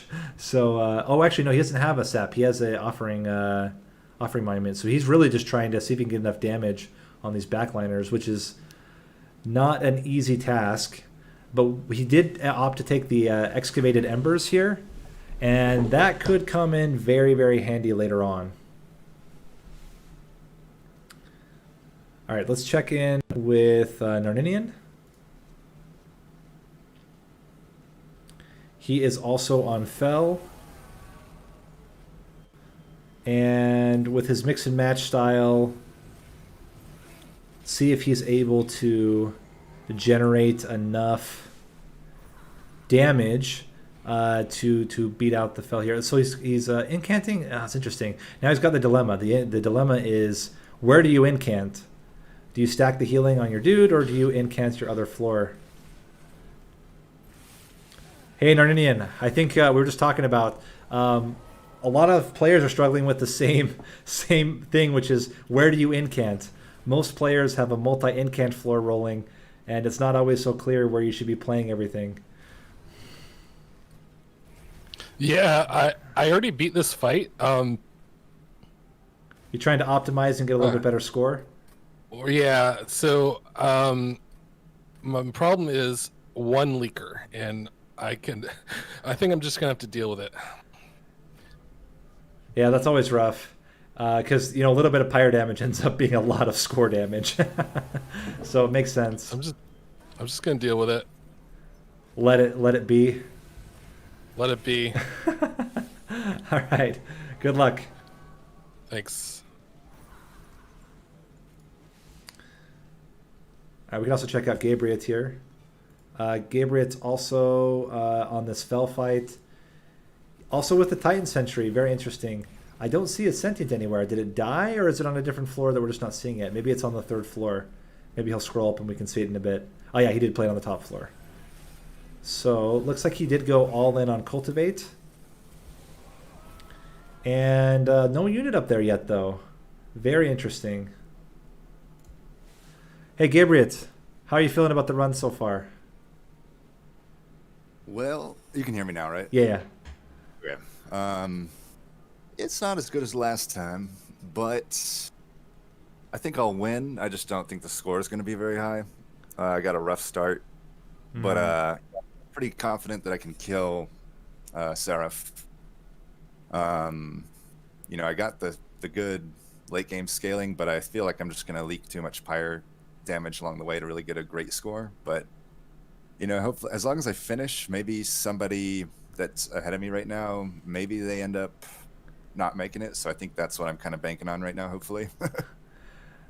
Yeah, it's kind of a tough balance here, and a lot of players are kind of facing this same dilemma, which is, you have all your heals you want on your sentient, but at the same time you also want to incant, and how do you balance incanting plus the cultivate plus whatever else you got going on? So, right.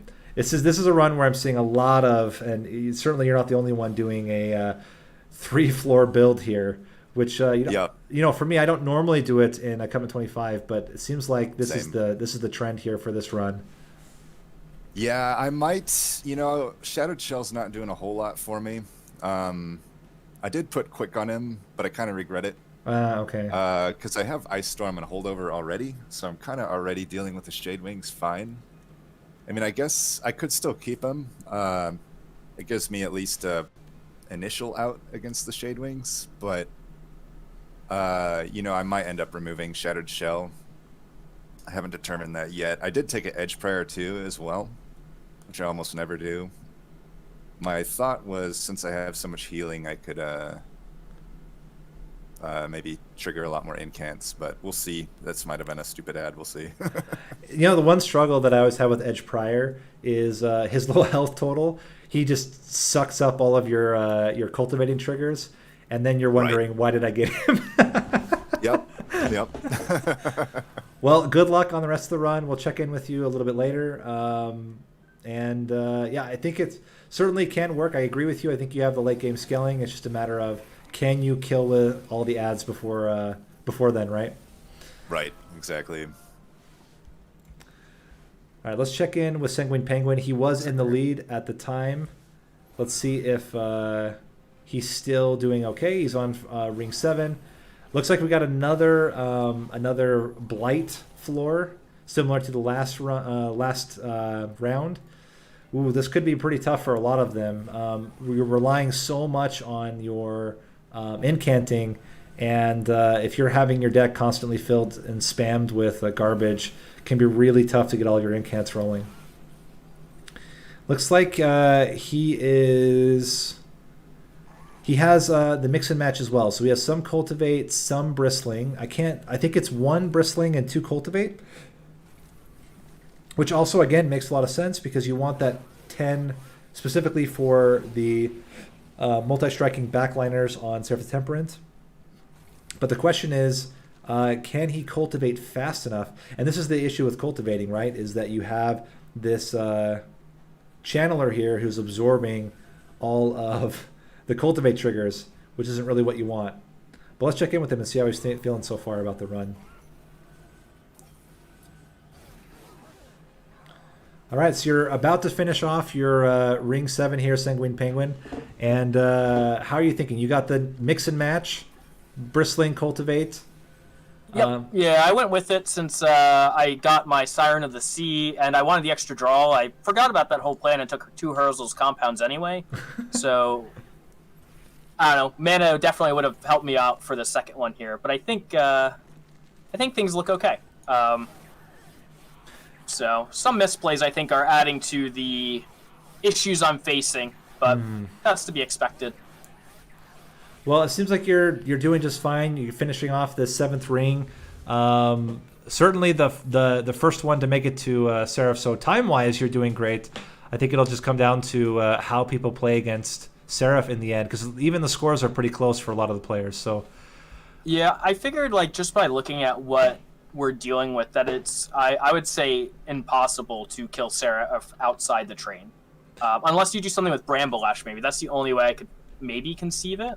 I haven't seen a single player go all in on Bristling though, so okay. I think it's going to be really tough to get enough spikes. Yeah, you really need like 60 plus to get a solid. Right. I mean, a Covenant 1, absolutely, but Covenant 25 with 3,000 or 4,000 HP Seraph can be pretty tough to Bramble-Lash your way to victory there. Yeah, so I'm not. Yeah, we're just hoping to hopefully be able to set up on floor 1 is my hope. We'll see how the next shop treats me. I took a lot of damage here to get 400 money, so hopefully it was worth it. And again, this is where I'm not sure, but we'll find out. Well, good luck, and probably I won't catch you before the end of your run, but we can catch up after. No worries. Sounds good. Have fun out there. All right, let's see. We haven't seen for a while. Let's check on Loxy Grolex here. Into the Fell fight. Could be having a little bit of issues with time, but looks like ooh, yeah, a lot of leaks too. This is going to be the big problem. It's the problem with Cultivate. It's the problem with Bristling as well, is getting enough damage on these big, chunky units can be extremely difficult. He does have multiple Cultivate triggers, though. Maybe that's enough to get his sweep unit to be strong. And he did stack health onto the Edge Prior to make sure that all of the stacks are actually hitting your sweep unit, which is where you want them. I wonder. Hopefully, he's not making the same mistake I did, which is that thinking that your Sentient is a regen-based Cultivate. But I'm hoping that that's not the case. Yeah, he might struggle with leaks here. He might have to replay this fight again. Well, we'll check back in, see if he's able to manage it. Go back to Gurg. Gurg looks like he's also on the 7th floor. And the 7th floor trial, I don't think he took the trial. Oh, no, he did. He took the trial. I think it's starting on every floor. That's a lot of damage if you can't kill them all at once. And he didn't start with any real way to kill off those units. So he's just going to take a full 30, potentially 70 damage. I don't know. He's able to kill a couple of them off. That's pretty good. So he'll take 20 damage here. Potentially some more damage if he cannot kill this floor. Could be pretty tight there. And now the tough decision. Do you... oh, no, he's actually good here because of the spikes. So you'll take a lot of damage on that Awoken Hollow, but in the end, he won't take any more Pyre damage, and I think that's going to be good enough. So yeah, I mean, there is a lot of value in taking the triple Cultivate. You get a lot out of the +3 damage and health on these sweep units, so could be that it's just enough to get enough damage to kill the units early on. Looks like he's doing just fine there. And yeah, it might be that he's absolutely fine. I am curious about not overstacking. I wonder if he was planning to overstack early on and then decided to switch later. Or if, I guess he could, yeah, using it for defensive purposes also works. You can check out Rough Lobster here as well. And I think it really is going to come down to score. I think a lot of the players have strong enough builds to get through to the end. It's going to be a matter of how well they kill Seraph. Looks like also Rough Lobster is struggling a bit to finish off this fell fight. Let's see if he's able to get enough damage. He certainly has a lot of damage and health on that Siren. I think it's more an issue of there are multiple units that are approaching the pyre, and how do you make sure you're killing all of them? Which is tough. Do you drip fall them? Do you restoring retreat? What do you do, right? So he might have some difficulties with killing off all the units that are showing up. Let's jump into Brinkley.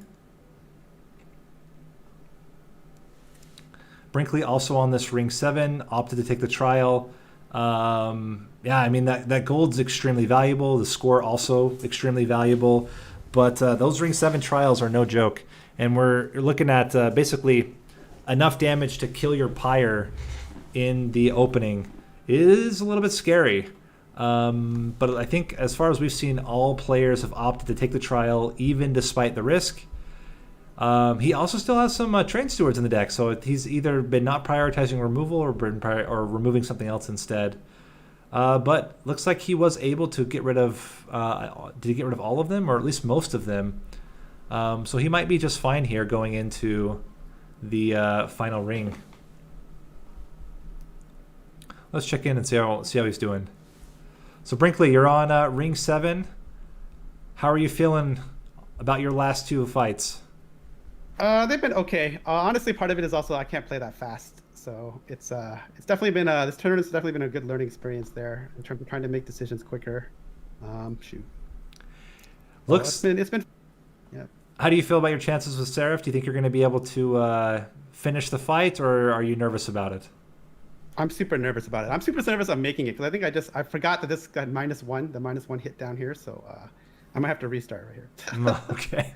Well, good luck. I'm bad at remembering that. Yeah. Thanks. No worries. And yeah, a few minutes left. You still have some time. Still have 10 minutes, but try to get through as far as you can. And again, if you reach time, just abandon and keep your score at what you're at the 45 minutes. All right. Cool. Thanks. Back to Gabriot here. I think Gabriot is already on. He's just prepping for the Seraph fight now, so he's approaching ring 8. Let's see if Narninian's already on ring 8. Yep, he's doing the Seraph fight now. I don't know why it keeps showing like this. Oh, that didn't work. Oh, I guess it does work. I don't know. I think there's 2 different streams rolling here, so every time I come to Narninian's room, I'm a little bit confused. But it's okay. Let's see how he's doing. Clearly, the backliners are not going to be an issue for most of the players because they have at least 1 bristling, which means that these multi-strikers are going to die their first strike. I think it's more a question, how do they deal with the big tanks? And you can already see Narninian struggling a bit to deal with the big tank here and having to decide, do we stack up the floor here or do we... potentially bring that guy. Oh, he chooses. Oh, opts to bring down the. Oh, he has to restart due to the extra damage onto the Siren there. So, Narninian, you're one of the first on the Seraph fight. How are you feeling about it so far? Oh, pretty good. I'm not sure that I can get a flying kill, but that's okay. I have a pretty good score going into it, so I'm hoping that I can scale quickly enough. I have 3 nameless sirens. Yeah, getting them all into one floor certainly seems like a lot of damage potential. It's can you get them there fast enough and strong enough to kill off these tanks? Certainly the backliners are not the problem, right?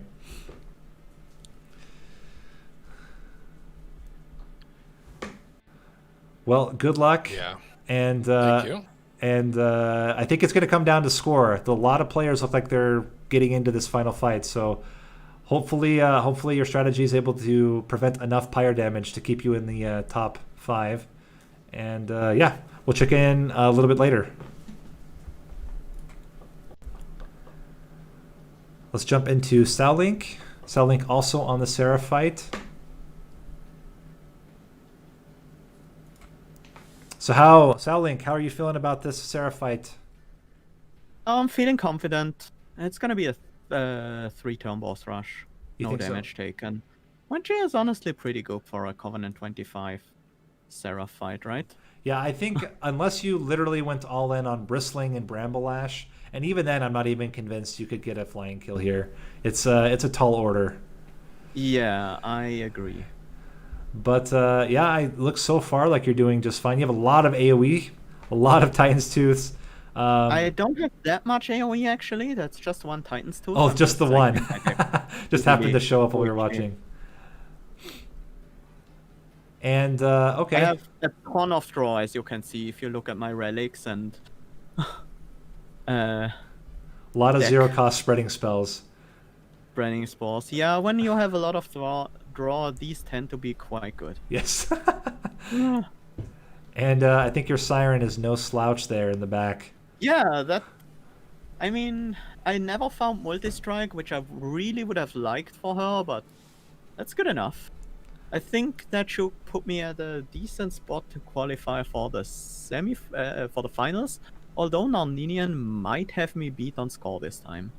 He does have a very, very different build. He's opting for this overstacked floor. I think he said he had 3 different Sirens, so he's planning to do that it. Makes sense. I was tempted to dupe it, but I wanted to upgrade it first, and I could never find the multi-strike, so I hold out with the upgrades until very, very late. And I also had a time where I was dealing with the enemies with just things like Ice Storm and Crypt Builders so efficiently that I think it was fine to not have multiple units. Yeah, I went very all in on the Founding Seal I found early and built my strategy around that. And it makes a lot of sense. The 2 offering monuments just gave you an insane first turn, which then should be enough to carry you through the rest of the fights. Yeah. Honestly, I probably should have taken 1 energy relic from bosses. Sometimes it was hard to get these to get the first turn really going the way I wanted, despite me having the excavated embers as well. The Founding Seal also makes you use up the offering monuments a lot faster, and oftentimes overdrawing your hand when you're already at 10 cards and playing spells. I even saw there's a couple players that took the staff instead just to have that guaranteed every turn ember. Yeah, that's only nice, but when you're building around Founding Seal, and at that point I didn't really know how my incant set is gonna look like, so I went for the excavated ember there, and I don't regret it. Yeah, it makes a lot of sense. Certainly this one's going to come down to score. Almost everybody looks in good shape to finish Seraph.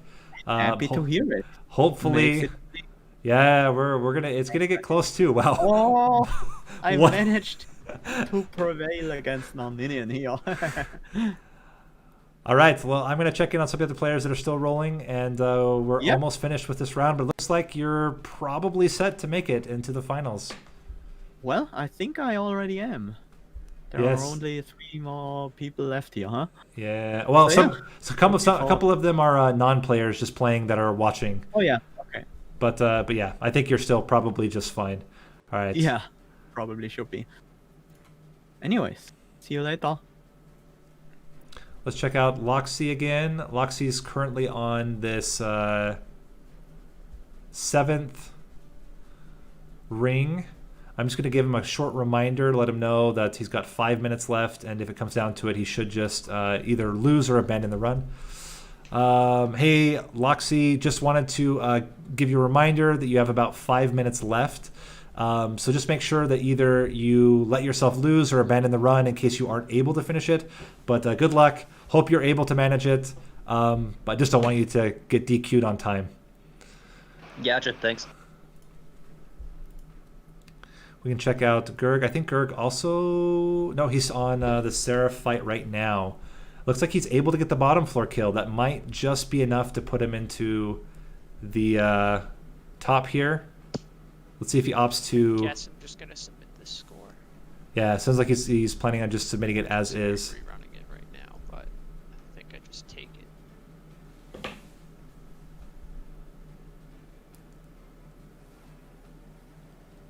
Yeah, he's going to opt to just play it out, which I think makes a lot of sense. Unless he took a lot of damage here, he might get penalized for damage. But at the same time, I mean, you only have a couple minutes left. I think it makes sense to try to finish it out.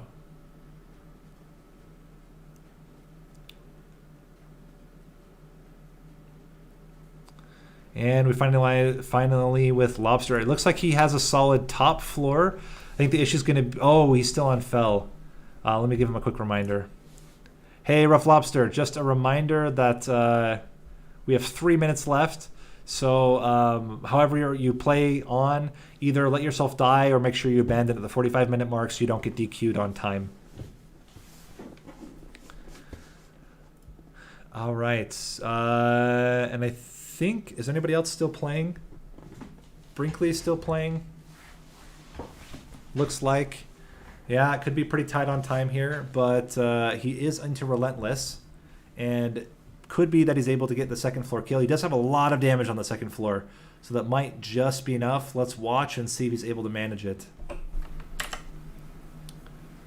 He's going to take a little bit more damage on the Pyre, but he is getting the kill, and he'll take it.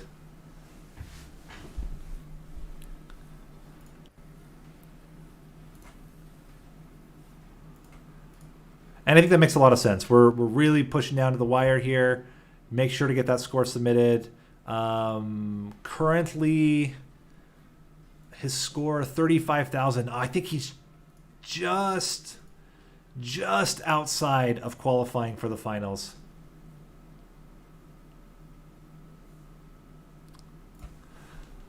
Brinkley, you are right on the edge, my friend. All good. I know I didn't make top 5, but that's all right. That was crazy. I didn't think I'd finish. Thanks. Appreciate the tournament. I just want to thank you for running it. No worries. It's been a lot of fun already, and yeah, I mean, really good performance. You're literally on the edge. Less than 600 points from qualifying so far. I think all the other players are abandoning their runs right now. So I think we're right at the end. Feel free to continue to play. You still have the room. The room's yours.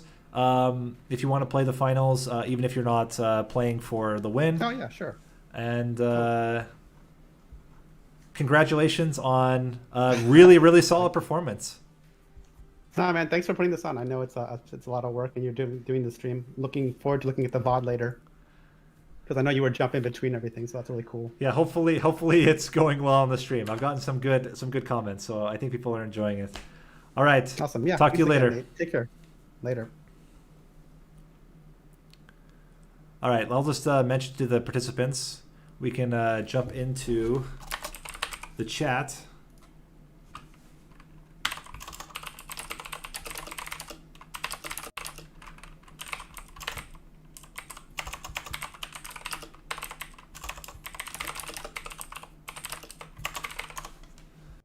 All right, we're going to jump into the tournament participants room, and we'll just talk with the players as they are so far and see how everyone's feeling about the runs.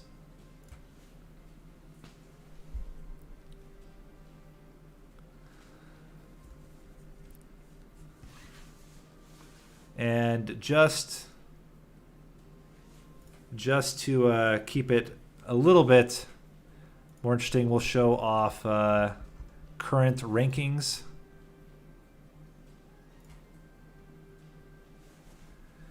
And I'll do a quick refresh to make sure that I have the most accurate rankings. Good.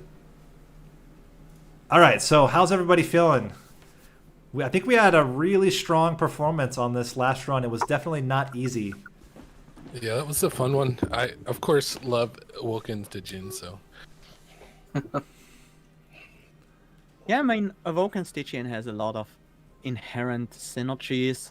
So, but yeah, explosive didn't show up. My pet path didn't show up. Yeah, I was hoping for explosive as well. You can bet. I was hoping for the opposite because I'm so bad with explosives. So I'm glad it did not show up at all. But served you pretty well, it seems. Yeah, no, that was a good one. That was a lot of fun. Very close in some battles for me. It was like the matter of just like a couple extra regen that pushed you right over the edge. Ooh, I think I lost on ring 1 Like I lost it to Salink on ring 1 because I was only a couple hundred points behind. Was ring one? Ring one was actually the difference. Yeah, you lost 260 points there. You would have had if not for that. Jeez. I think almost everyone went with a blended approach with the champion here. There are a couple people went all in. I think who went all in on the cultivating? Was that Gabriel? Did you go all in there? Yeah, I went all in, and I 100% regret it. I was hoping for a. Sorry, go ahead. No, please. Oh, I was kind of hoping for Animus of Will, because I do love cultivating with Animus of Will, but I kind of got sloppy with this kind of. It's like, okay, now I'm going Siren and can't build, and my cultivating is just sort of sitting there, just being a draw upgrade at this point. Yeah. I think Cultivate doesn't scale well in the beginning, earlier battles. Right. There's no compromising when you take spikes and you just have that like ranged minion in the back for the enemy. Like there's just no compromise. I can look at my deck and see that, you know, I'm likely not to get a first floor kill. And by that definition, I should be taking spikes. But Cultivate, I don't know, it's more fun. I haven't played it as much. Figure I'd give it a shot. And yeah, I also went all in. So it was interesting. I think if I had more time, I could get the score up because I had some dudes just like sneaking by, but otherwise Cultivate's pretty strong. Yeah. Well, we have a very tight race between 5th and 6th. We have less than 600 points. But I think... we're talking about... Sorry, go ahead. No, go ahead, Singwin. Sorry, I was just talking to my chat. My bad. No, you're fine. But yeah, it's only 600 point difference between 5th and 6th place. But still, I think really, really strong showing from everyone. This was a really tough one to. I honestly, I don't see the possibility of a strong flying kill. I guess if someone went pure bristling and just had their deck full of the bramble ashes, maybe. But I think you would just get wrecked early game if you try to do that. I want to say there might have been an infinite in this run if you played it correctly, but I'm not sure about that. Was there ever a cycle of life offered? I didn't see any, no. But there were the Steel Enhancer. Steel Enhancer doesn't quite work out, but there were also the excavated embers, not excavated. So you mean going like super thin, excavated embers, and then infinity? Yeah, that you could put consume remove on, something like that. But I don't know if the removals and stuff would have worked. I didn't see any consume remove in my run, but I did find one. Shop. Yeah, I think it was offered. Yeah, I saw it. I've never acknowledged how strong it is removing the consume. I saw someone did that. I've actually never seen that, so I was a little interested to see how that works. But it's a pretty solid infinite. I mean, my favorite is the cycle of life on the offering monuments, but infinite excavated embers certainly works.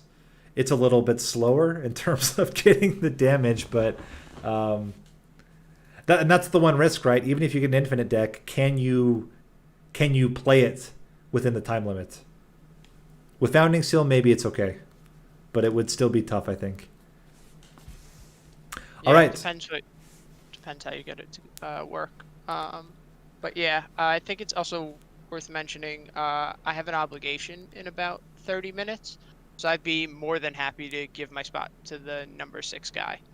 Okay, Brink, if you're still on, then if you're okay with that, then I'm okay with that if you're okay with that, Grug. Was that Gurg or? Yeah, Gurg. Sorry. Yeah, Gurg works. It's also how you correctly pronounce it. Yeah, it's all good. I'd rather have you play than me try and speed through a run and just like abruptly leave. So. Appreciate it, man. Thanks. Yeah, no worries. Great, then give you guys a little bit of a break, and we'll be up in just about 8 minutes. All right, Sounds good. Nathaniel, just want to say thanks for hosting this. I think any exposure to Monster Train is really solid. Hopefully we can build momentum from here, and I'm excited for the new DLC.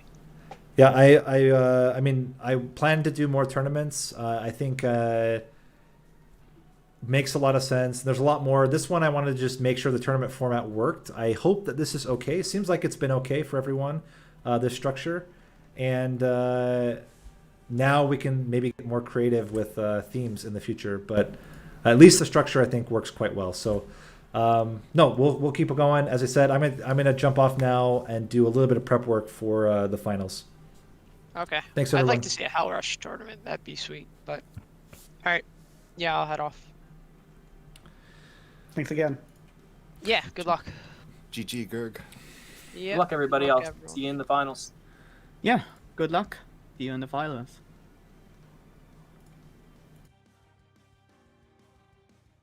Okay, so we're going to do a little break, and then we'll be back just in time to start the finals in a few minutes. In the meantime, listen to some sweet Monster Train tunes. And we'll start with the Descent. Well, back in a few minutes.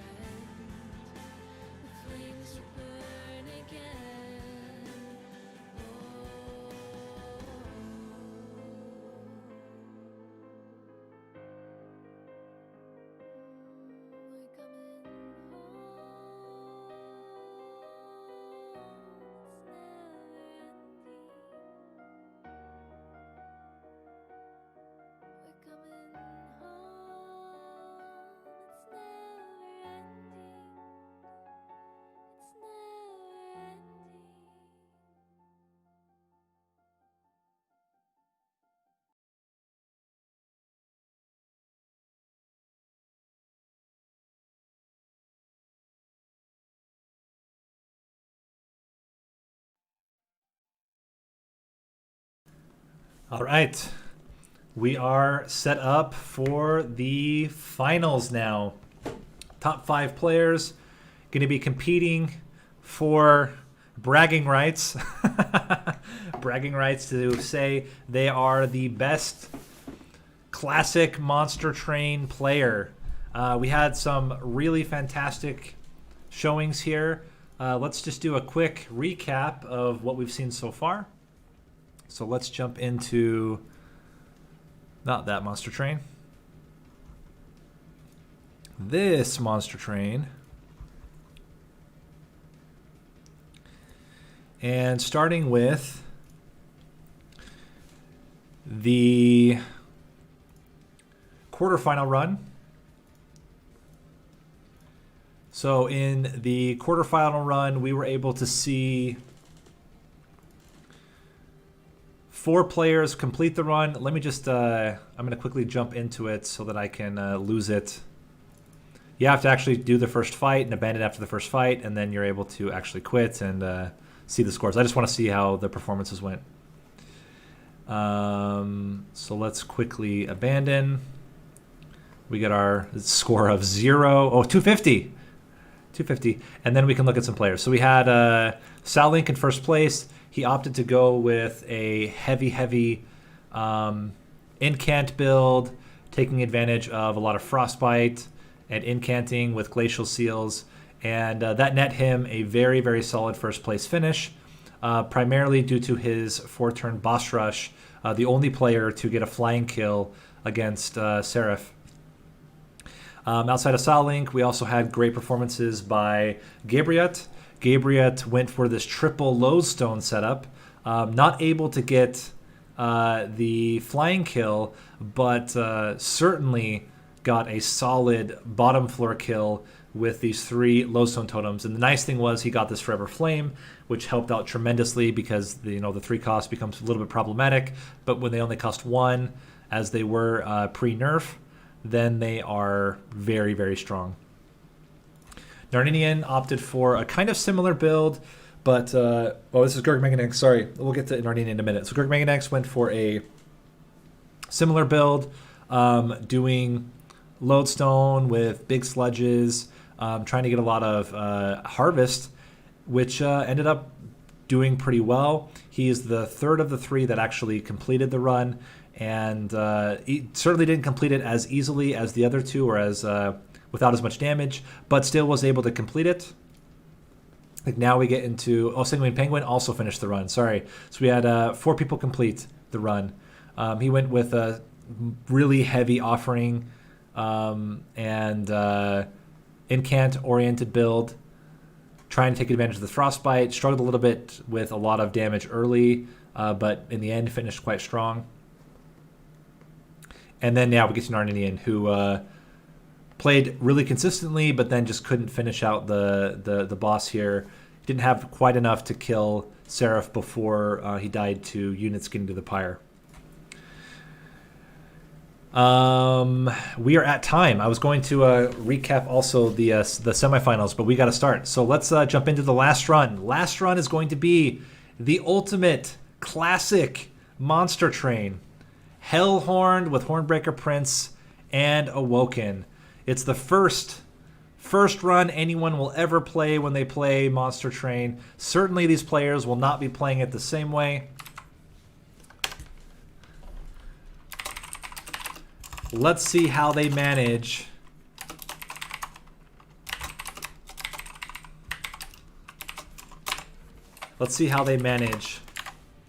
to get through the original classic run here.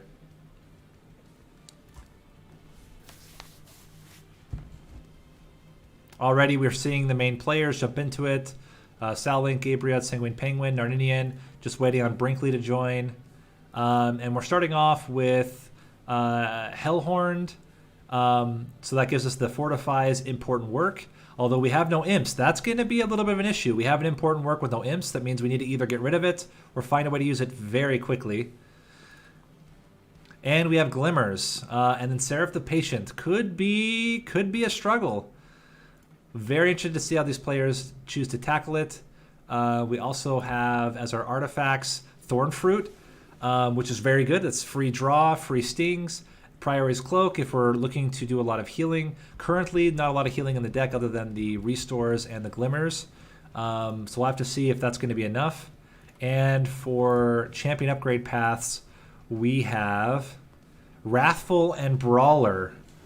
I would probably opt personally for Wrathful, given that we don't currently have any way to increase damage. But you might hope for something like a Razor Sharp Edge or a Steel Enhancer and opt for the Brawler instead. So very curious to see how they go. I expect a lot of Wrathfuls, and I expect a lot of people taking Thorn Fruit. But let's jump into the player view and see how it's going. We'll start with our current first place player, Sal Link. Let me just switch over.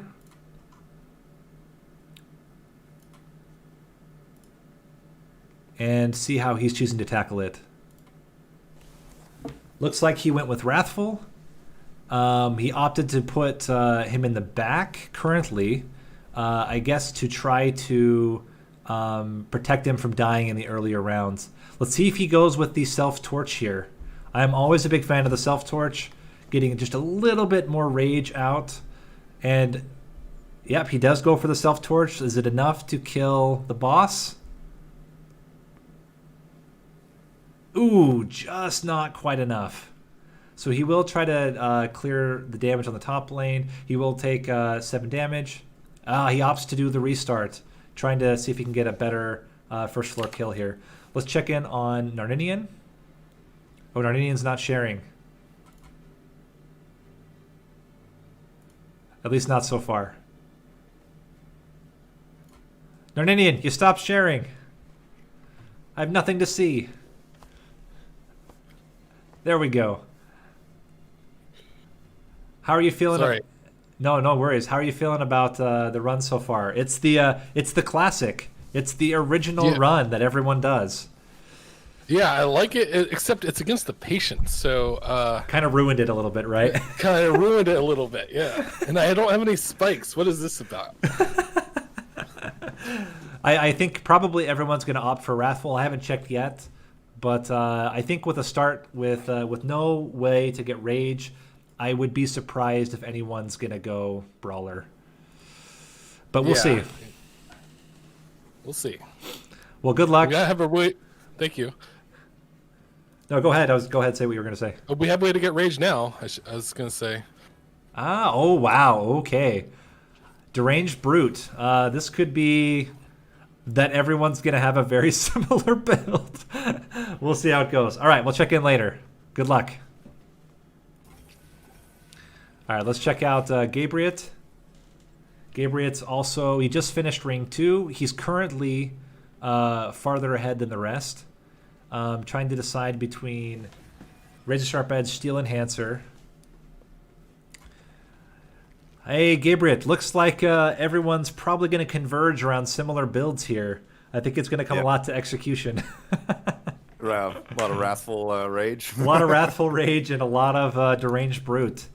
Real question for me is going to be, can you survive against Seraph? Seraph the Patient is pretty brutal against Wrathful. Yep. Yeah, I'm... I didn't hit on Hidden Passage, it looks like, but there's always restoring...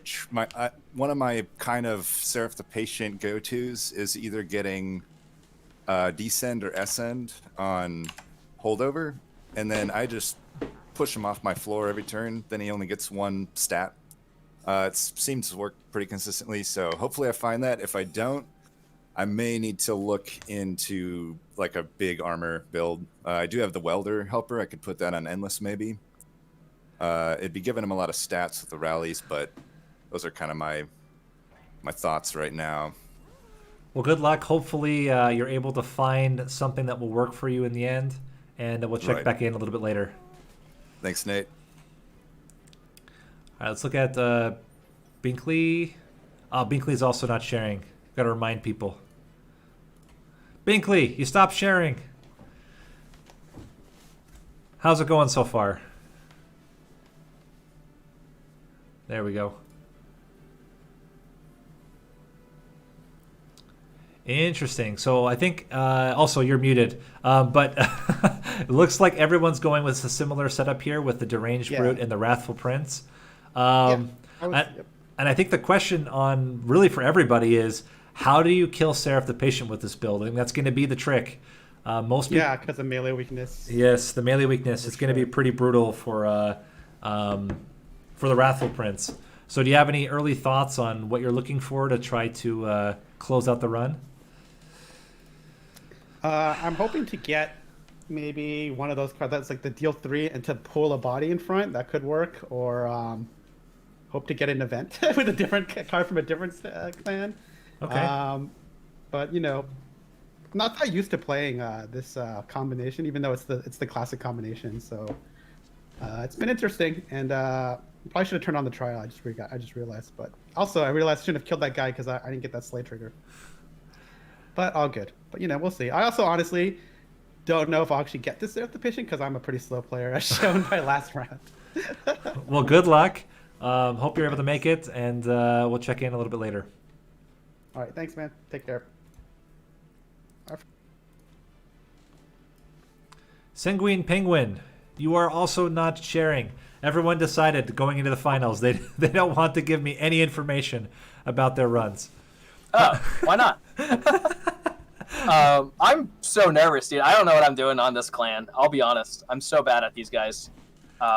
It's the classic. How can you not know the classic? No, I'm just kidding. I think it's yeah. Going into Seraph the Patient is going to be the challenge. This is what we've been talking about with the other players as well. Is how are you planning around the melee weakness? Because I think everyone went Wrathful. Yep. And Wrathful, it can be tough. You only have 45 HP to start on that rank 3. How do you address Seraph the Patient? What's your thoughts so far? Armor. You're gonna go with an armor strategy. Okay. I honestly, I like in this combination. I don't know what else you can do, to be honest. Maybe there's something else out there that I'm just not sure about. I already have an endless armor imp, so that's like a step in the right direction. Mm-hmm. But that's really all I got. Like I said, I'm bad with this class. I have no brain capacity to really think good. Well, hopefully you're able to sort out a strategy in the meantime. And yeah, if you would like to share your screen later on, I would appreciate it as I'm commenting on a black screen. But happy to do so for a minute. Oh, no worries. Hey, no worries. All right. There you go. Sorry about that. No problem. And good luck on the rest of the run. All right. Thanks, man. Have a good one out there.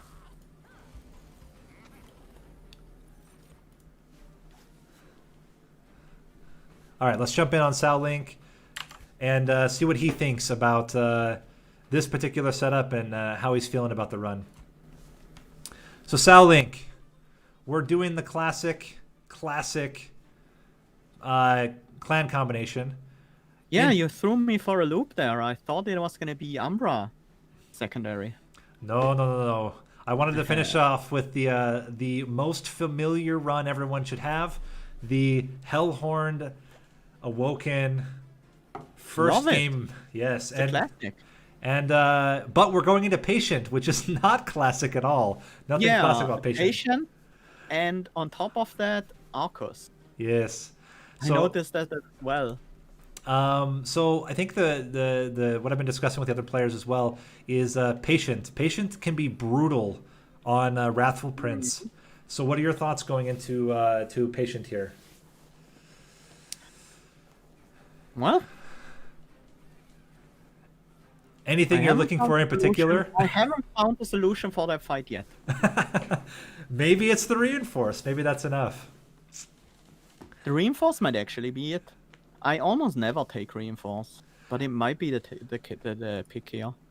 I think there are several options that Hellhorned has, but it certainly can be difficult. I think what's the base? I am hoping for Tiresome Climb. Yeah, that's normally my go-to as well. My optimal solution. Well, let's see if you get it. I'm gonna stay true to my plan of never take Reinforce because it's a bad card. Well, hopefully it doesn't come back to bite you, and good luck on the rest of the run. Thanks. All right, let's just do some observing for a minute. Let's start with Narninian. Let's see how he's managing it. And I think I just saw a Transcendimp. Question is whether he took the Transcendimp. Certainly would be a way to deal with Seraph the Patient. Currently on ring 5. I think these early fights shouldn't be too difficult, although you are seeing right now his prince is in danger. Okay, he's able to get a couple kills back here.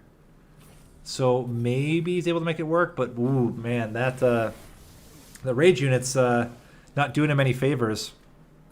Okay, coming in clutch with a some extra armor out of the welder helper. I think obviously he would love to be able to kill the welder helper immediately. He's opting to do a full restart here. Yeah, I mean that's pretty tough. Maybe he's considering playing Transcendent instead. Let's check in on Gabriat.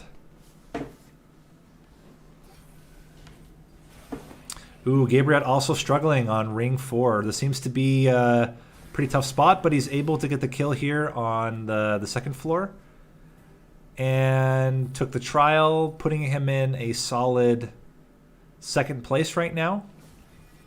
Also goes for the Transcendent, so it seems like that could be the solution to deal with Seraph the Patient, is the combination of the Endless Welder Helper plus the Transcendent getting a lot of armor onto the unit. The question is, and this is what we saw with Narninian just a bit ago, is how do you kill off your imps so that you can keep playing them? Yes, that's kind of tough. You get your imp unless you have a holdover on that early imp spell. You might struggle to keep it up.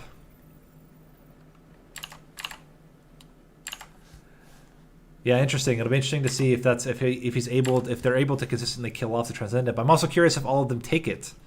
I think it would be my choice, but we'll see. Let's check out on Brinkley. Brinkley on ring 4. It looks like he did leak a unit. He also opted for the Vine Mother, and he didn't take. He took the heal actually early, which is interesting.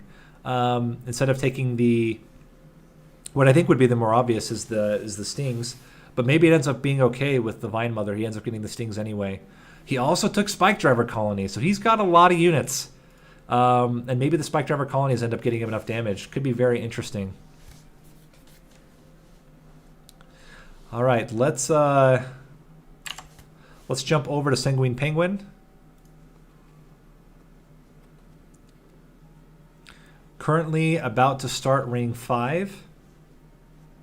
Very curious how he's approaching it. Again, top questions are, did they also take the Transcendent? And again, what is going to be their solution to deal with Seraph the Patient? That's going to be the big problem. He opts for taking some pyre damage for some money. Then one thing to note is your score also does take in the amount of coins you have at the end. So even if you don't use them to buy stuff, you can get a lot of value. Oh, he chose to go with X cost. I think he wants to make sure that he can kill off his imps consistently, and then would much rather just be able to take an X cost card at some point and get some value out of it. Okay, let's jump back up to Sallink. I think Sallink is currently, if I just check my scores here. Oh no, Narninian's still in the lead in terms of both score and timing. We have a lot of players jumping into this ring 5. Let's check in on Narninian. I think Narninian's actually in Arcus battle right now. So far seems to be pretty clean.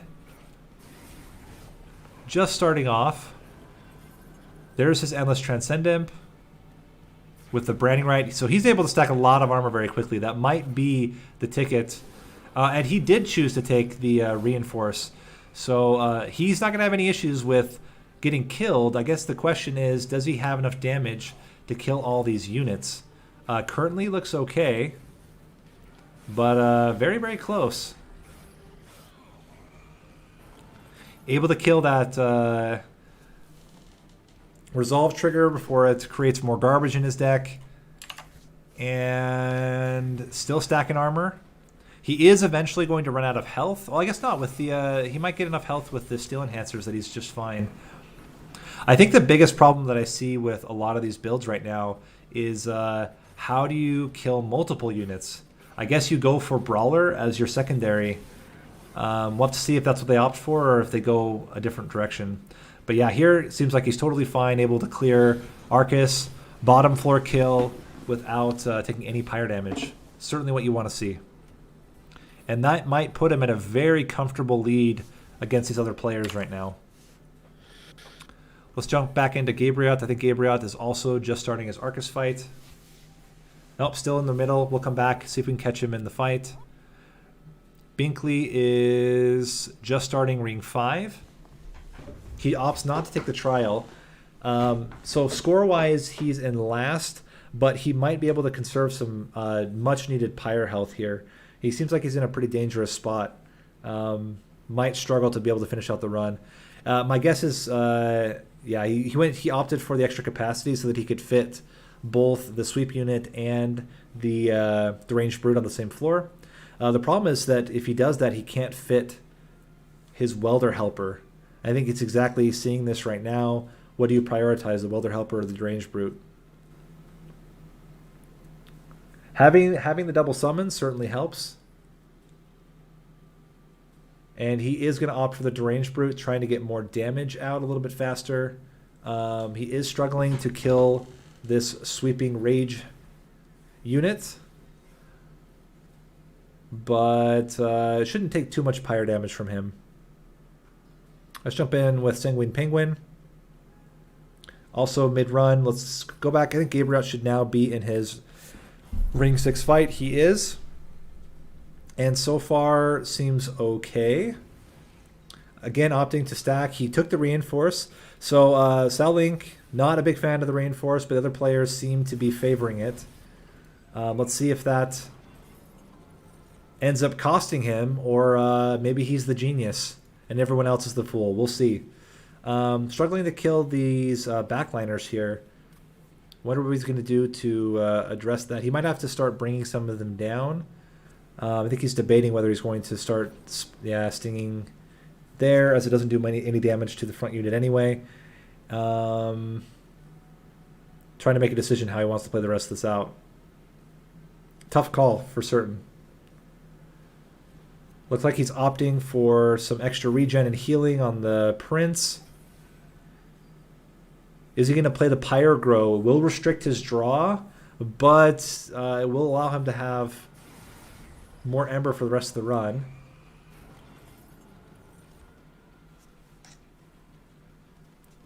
He opts not to play it to get the full draw. He is able to kill the backliner to prevent some more garbage getting in his deck. And now he's in a much better position than before at killing both the front and backliners. So maybe it gets down to just one leak. Might not be too bad.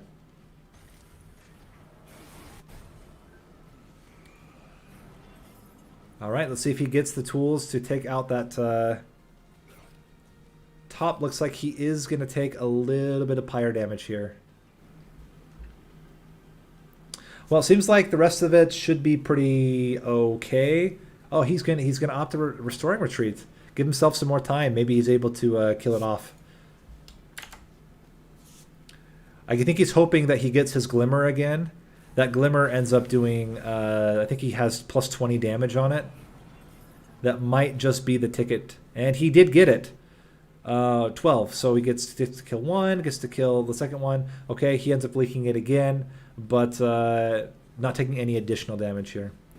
All right, let's jump back into Sal Link. See if he is... okay, he's in between. Let's check Narninian. Also in between. We can jump back to Sanguine Penguin. I'm guessing he's already in his... Yep, he's in his Arcus fight. Don't know if he's taken any damage yet, but he seems to have had a few leaks early. But he has a Horned Warrior. Interesting. Not a unit you see too often. But, ooh, I don't know if that...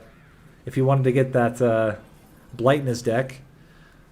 It looks like it won't do too much trouble for his build here.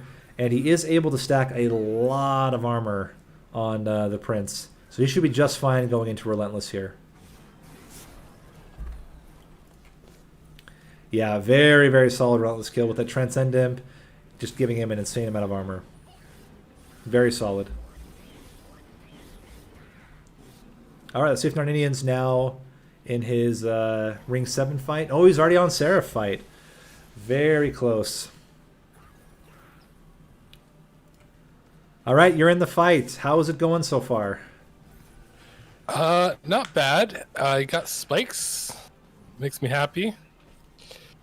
I'm thinking about playing this reinforce with only 44 armor because I really need it for the next ring. But I think I'm gonna get a first floor kill. I don't think I'm gonna get an early kill. So you took Transcendent and Welder Helper. Do you have Endless on both of them? I do. I can't really play them realistically. Okay. I'm trying to think if I should and can't here, and I guess I should. Yeah, seems like I mean we'll see, but it seems like you're gonna have enough armor with between the Transcendent and the doubling of your armor. My estimation is that you're just fine. Even confident enough to put Fragile on your Prince. Yes, you always put Fragile on your tank. All right, well, I'm gonna play this over here. Oh, he has too much armor. There we go. 600 damage. Not bad. I'm not gonna get a flying kill, but close. One more visit, I think I would have been okay. I think you're going to be just fine. Yep. Yeah. First floor kill. So now it's about the score. We'll have to see how everyone else does. I mean, I didn't get any flying kills, but I got first floor kills except for like ring 1, I think. I think you're definitely in a strong position. So I'm going to go check out the other players, but congratulations on finishing the run and with a really strong score. Let's see if it's enough to have you take this first tournament. All right, let's see how Sal Link is doing. He's on the Arcus fight. And certainly has all the damage. So Sal Link, coming into Arcus, how are you feeling? I'm guessing, like many of the others, you took the Transcendent? Yep, for sure. For sure. So who all do you have Endless on then? On Fledgling Imp. Just Fledgling Imp. So the Transcendent is just a single play then? Yep. Okay. Haven't gone for Endless on the Transcendent yet.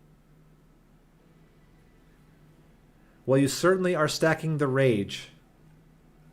Kinda, yeah. How are you feeling about the sustained side? I think it's okay. Might still not be enough yet for Seraph. Okay. Ooh, there's a choice for you. I'm just thinking whether or not I can actually play that, and it looks like I can pretty easily play that. We need more capacity for these imps. Well, good luck on finishing the run. I will say Narninian finished with a very strong score. So I can imagine. It's going to be very competitive at the end. So yeah, good luck, and we'll check in maybe a little bit as you're getting into the Seraph fight. These are the worst unit up. All right, let's see. Segwin Penguin on to ring 7. Ooh, he's in a little bit of danger here. He's going to have to restart the fight. Let's just check in and see how he's feeling.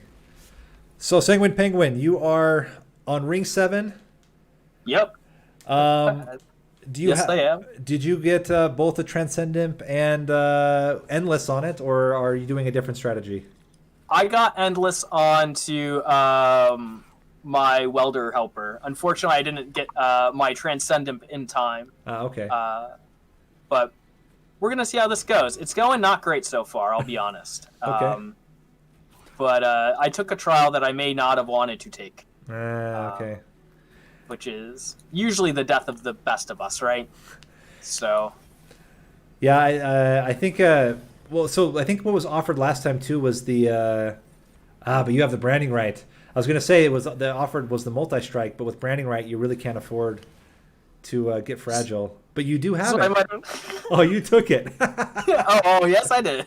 So on the damage side, you should be fine. I think it's a sustain that's going to be really the differentiator between the different players. Yeah, that's where we're running into, but we're figuring this one out, I think, hopefully. So we'll see. Well, good luck on finishing the run. I will say Narninian put up a very good score, so there's definitely competition there. I saw him going, man. He's very good, so I'm a little concerned, but we'll see. Well, good luck, and I'll try to check in just before the end of your Seraph fight. All right, sounds good. Thanks again. And Binkley, I think... Binkley, how are you feeling? I see you got knocked out. Which ring did you get knocked out at? I got locked out at like ring. That's a great question. 4 or 5? Hold on, let me check. I think I turned on the wrong trials. I didn't turn on trial 2, and then I took that armor trial on the clipped guard, which destroyed me because I was running Shattered Seal shell with quick. Okay. And, that was 15 armor is a big deal.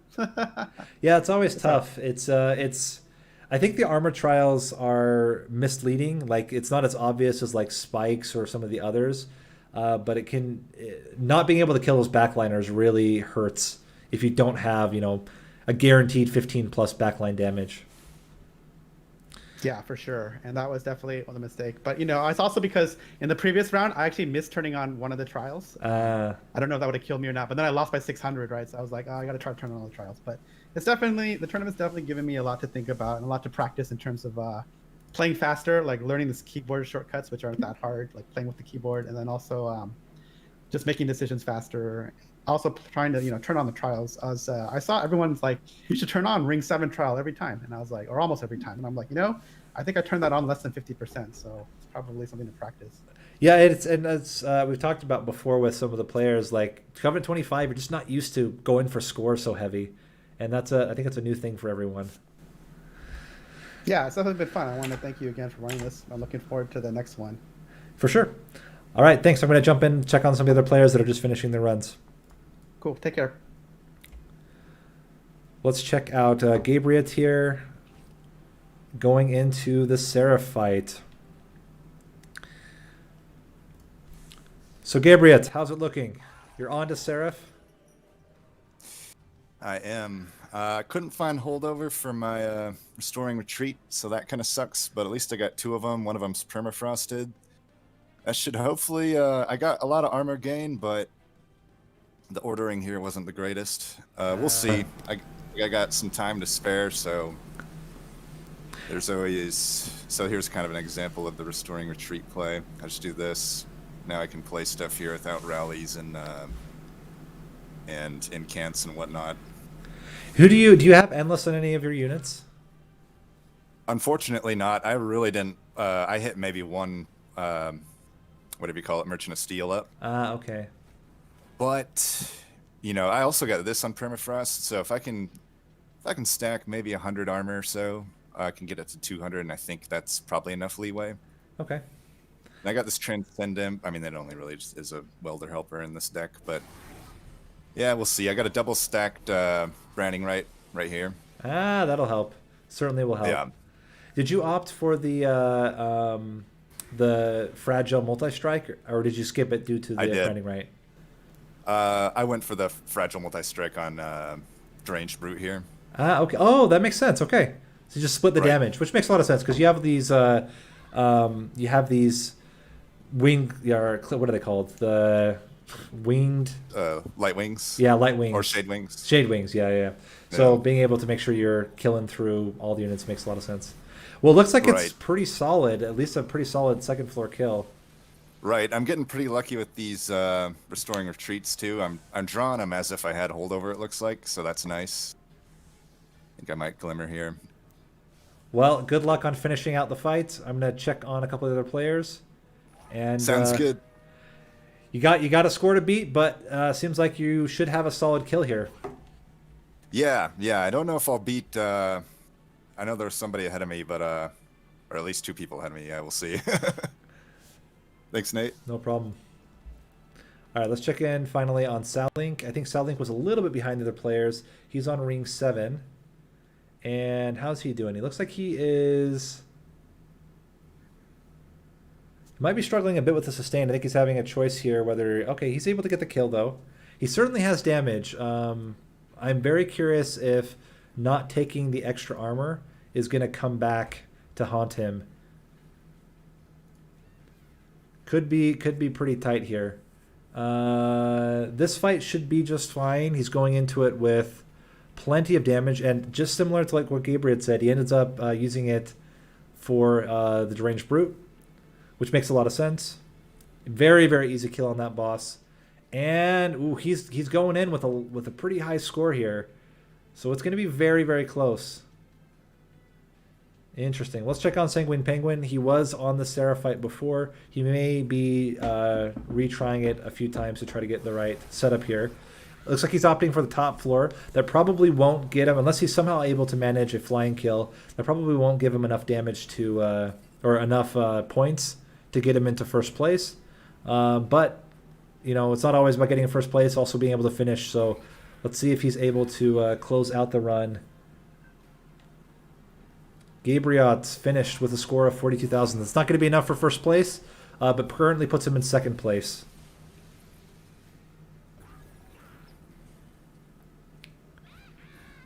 And yeah, just trying to get all of those stacks in. He does have enough armor to survive.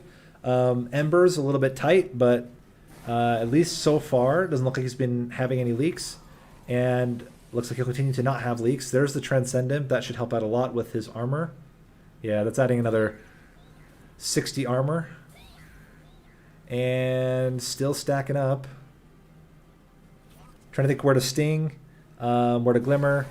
Opts not to play the Glimmer, which makes sense. You're just incanting the Seraph here. Might not make the most, or might not give you the most value here. He does have his Horned Warrior. I think he's now, yeah, with the Reinforce, he should have plenty of armor for the rest of the fight. And even able to do some solid damage onto the flying boss here. With one wave left, I think the early flying kill is out of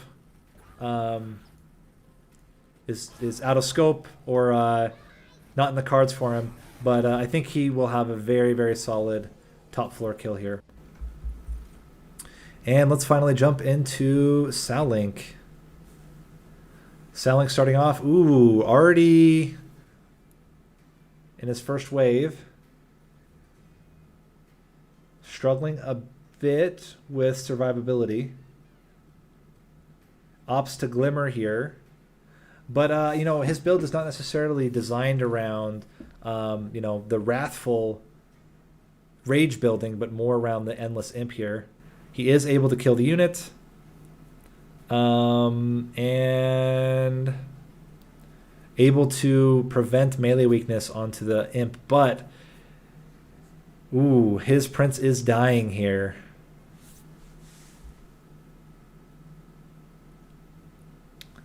Yeah, he might have to do a restart. Yeah, he opts for the restart. Salink, you're now on to the Seraphite. How are you feeling? Not that great, actually. Feel like the risks I took didn't pay off. Okay. Yeah, sustain can be really difficult here, and your main source of sustain is primarily what the welder helper and then some of the armor, right? Yeah, I wish I had a welder helper. Oh, you don't have the welder helper? Nope. Okay. Well, top floor might be your solution here. Yep. And given how you played on Ring 7, that might just give you enough points with your coins to put you in the lead. Maybe. I'm hoping it will. Well, good luck on finishing off the Seraphite. And Thanks. Either way, congratulations on a very strong performance through the whole run. But we'll chat a little bit later. Yep. All right, let's check in finally with Sanguine Penguin. I think he's still just finishing off his Ring 8. And looks like he is likely to manage a bottom floor kill here. He has plenty of armor. And in terms of time, we should be just fine. I don't think anyone's going to be pushing 45 minutes. Maybe Salink, if he continues to struggle a bit on the sustain side.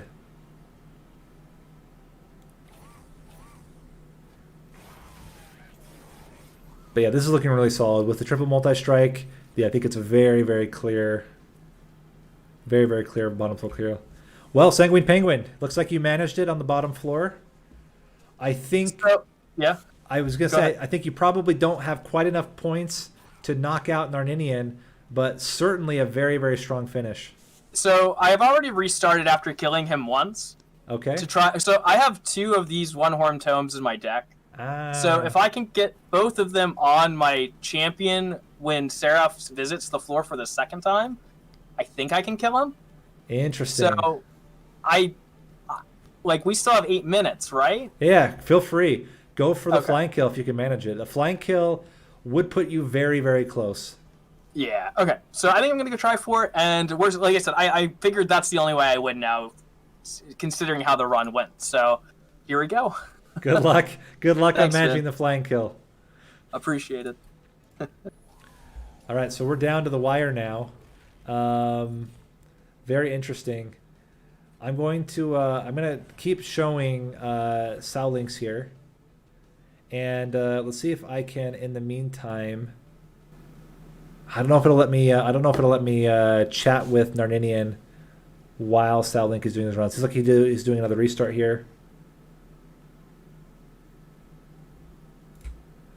So, Narninian, I don't know if you're watching the other players. What are your thoughts? How are you feeling about your score right now? Maybe he's away. He might be AFK. Let's jump in and watch. Let's just monitor last 2 players finishing here. So scores are, let me just do an abandon really quick in my run so I can give you the scores. Scores are right now, hold on.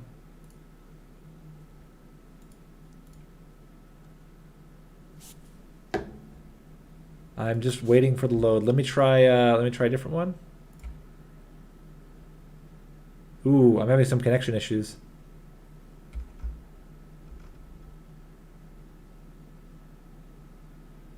Huh. Well, that's not great. On stream, is everything going smooth? I think at least what I'm seeing is my upload is just fine, but for some reason I'm struggling to connect to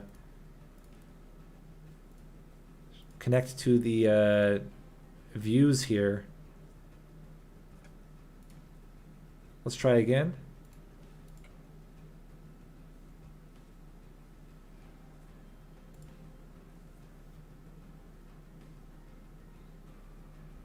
Okay. Let's try disconnecting, and then I will reconnect to the channel and see if we can't get it working again. Nope, still connecting. Well, I apologize for the technical difficulties. I don't know why I can't connect to the streams right now. No drop frames. Stream seems fine. Okay. So it must just be that Discord for whatever reason is not allowing me to watch. So we're gonna get tricky with it. I'm gonna jump into Twitch here and see if I can't get into the streams from that end instead.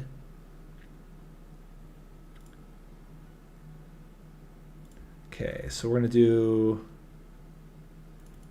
window here. We're gonna grab Twitch. Bring this up to the top. Right here.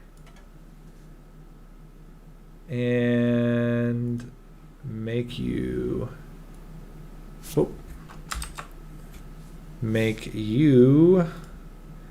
this big.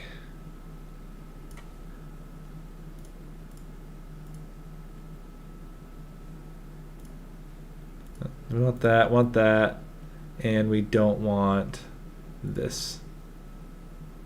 We got like 5 minutes, I think, due to the math. So okay. We're just gonna play on bottom, get maximum. So let me just now. mute, and then I can switch over to sharing. So we're watching now Sanguine Penguin,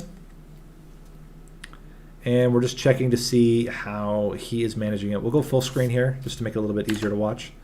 And looks like he's still going for that flying kill as best he can. The trick he said was he's going to try and get all of the multi-strikes ahead of time to hopefully be able to push out a... there's the One Horn's Tome, but he can't currently afford it. Is that a problem for him, or is he able to deal with it? That's the question. Now he can play the second one. You know, it might even be that he... I think he has to play that Horned Warrior, but the problem with the Horned Warrior is that it drags Seraph to the top when you want Seraph on the bottom. Okay, so he does get... He has the One Horn's Tome, but he can't play it. Oh, wow, that's unfortunate. He has a couple of turns left, so he's hoping that Seraph will come down to the bottom and he'll get the other One Horn's Tome just in time. I don't know if it's going to be enough damage, even if he does, but let's see. He doesn't get the One Horn's Tome.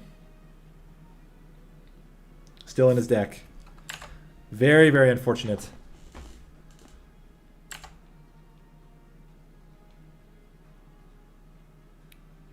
And he is running close on time. 2 minutes left.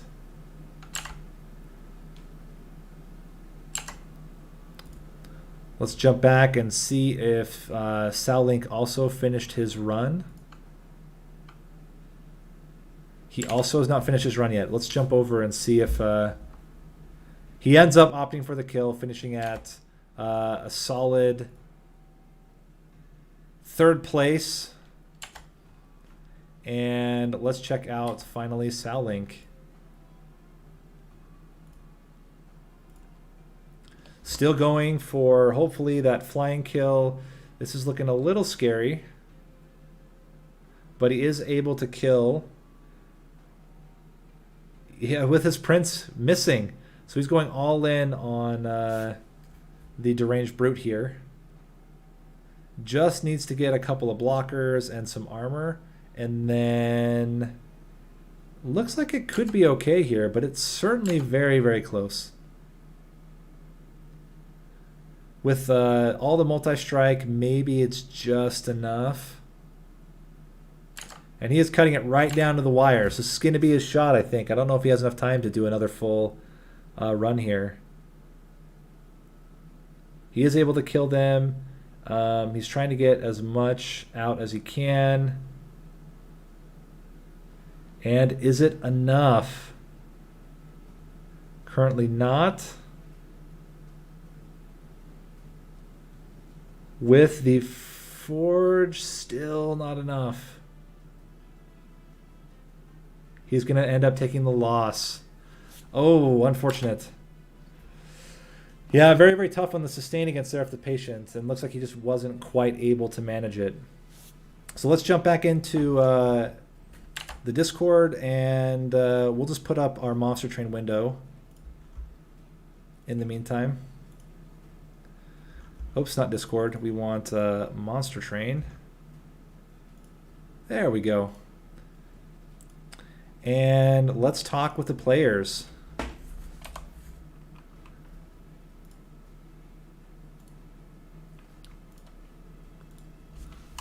Oh, you weren't AFK in Argentinian?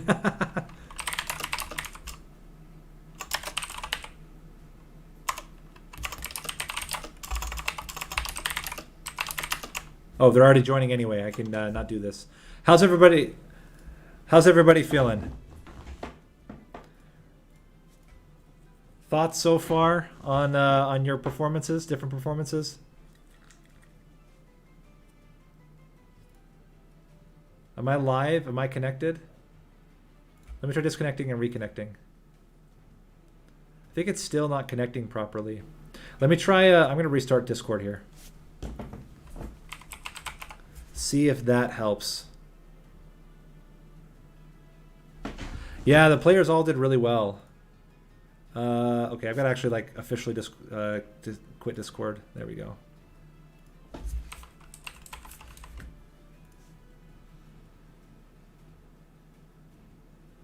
Sorry, minor technical difficulties on my end. Booting up. As a last resort, I can always switch to my other Discord and try that instead. And then, did you get spikes? Hey, I'm now No. connected. Not get spikes. I was so hoping to find spikes. There was I got it ring 7. Yep. Pyre shards. Pyre Yep. shard. Yeah, I missed those.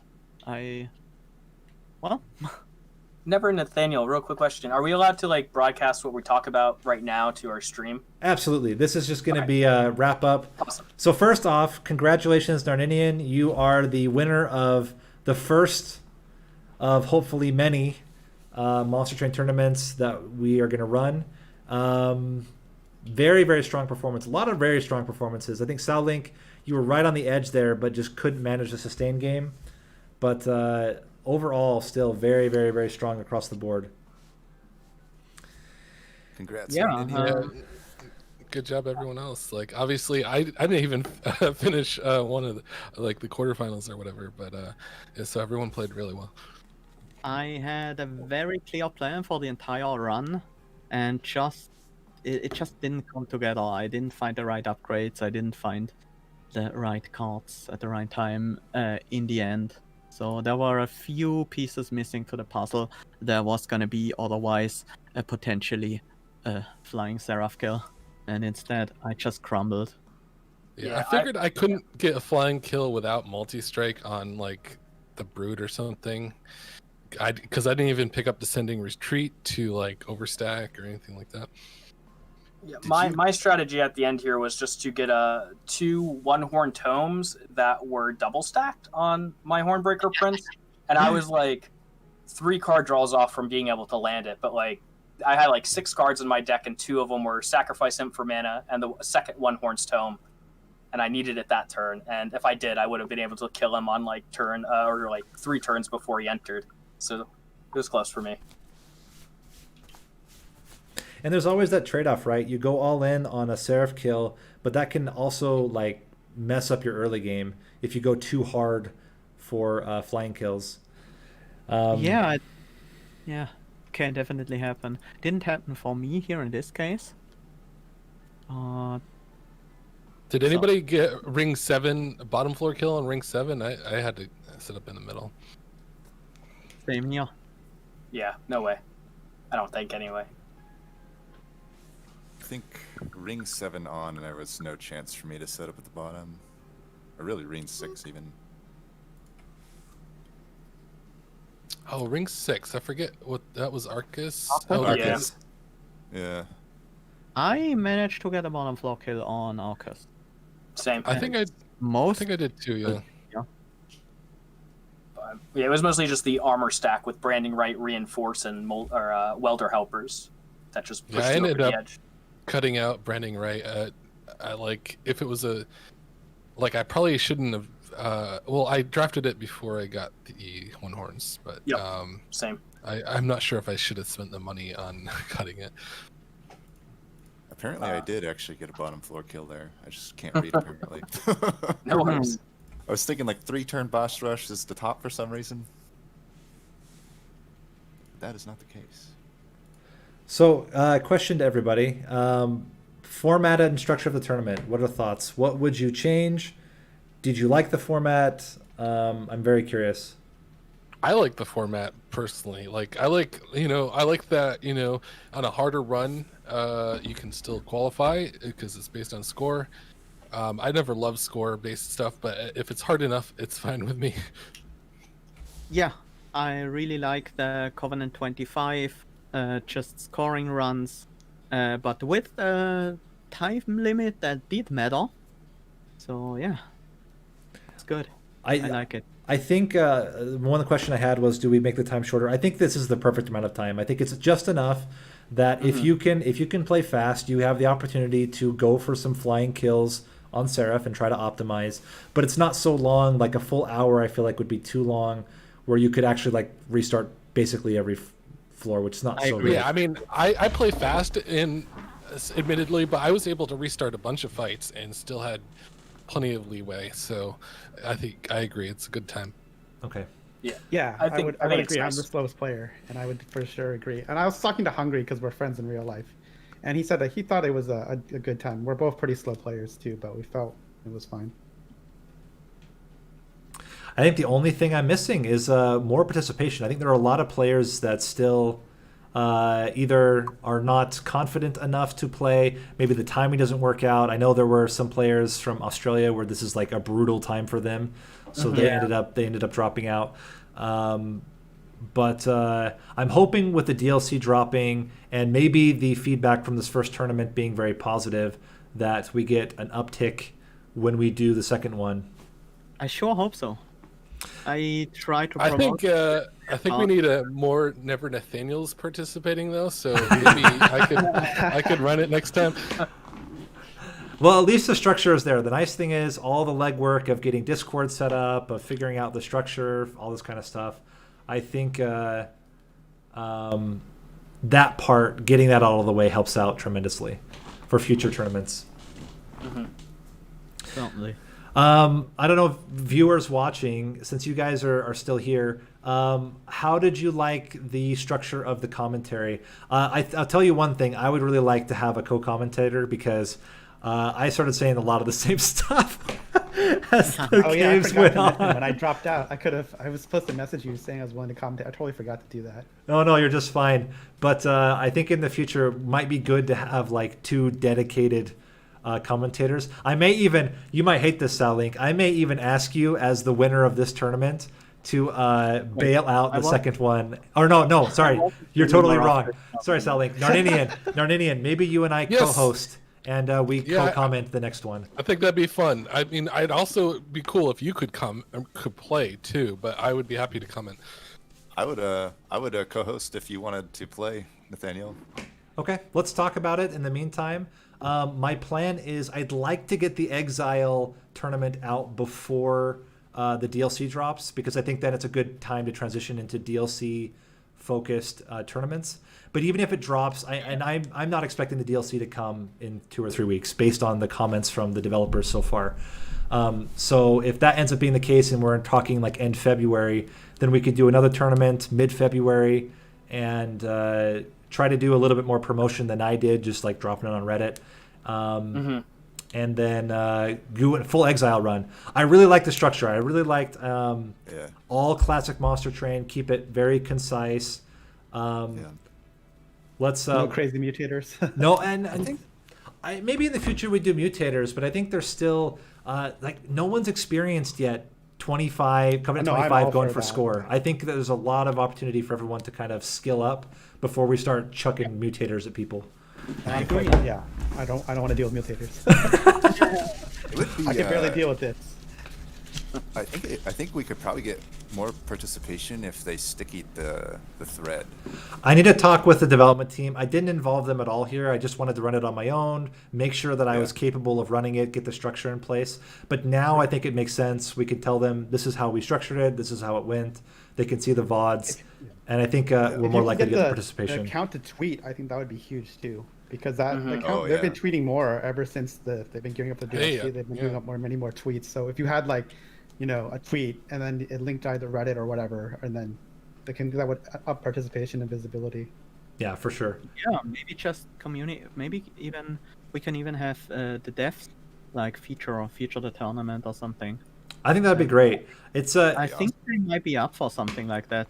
I will mention something because there were a lot of questions to me, both PMs to me off of Reddit, also people asking in Discord. Hellrush. I don't want to introduce Hellrush. I don't know how you guys feel about it. I liked that you had the flexibility to decide where you want to invest your time, and with a difficult run like this, I didn't want to have to deal with DCs. I didn't want to have to deal with like any of that stuff getting in the way. So. Yeah.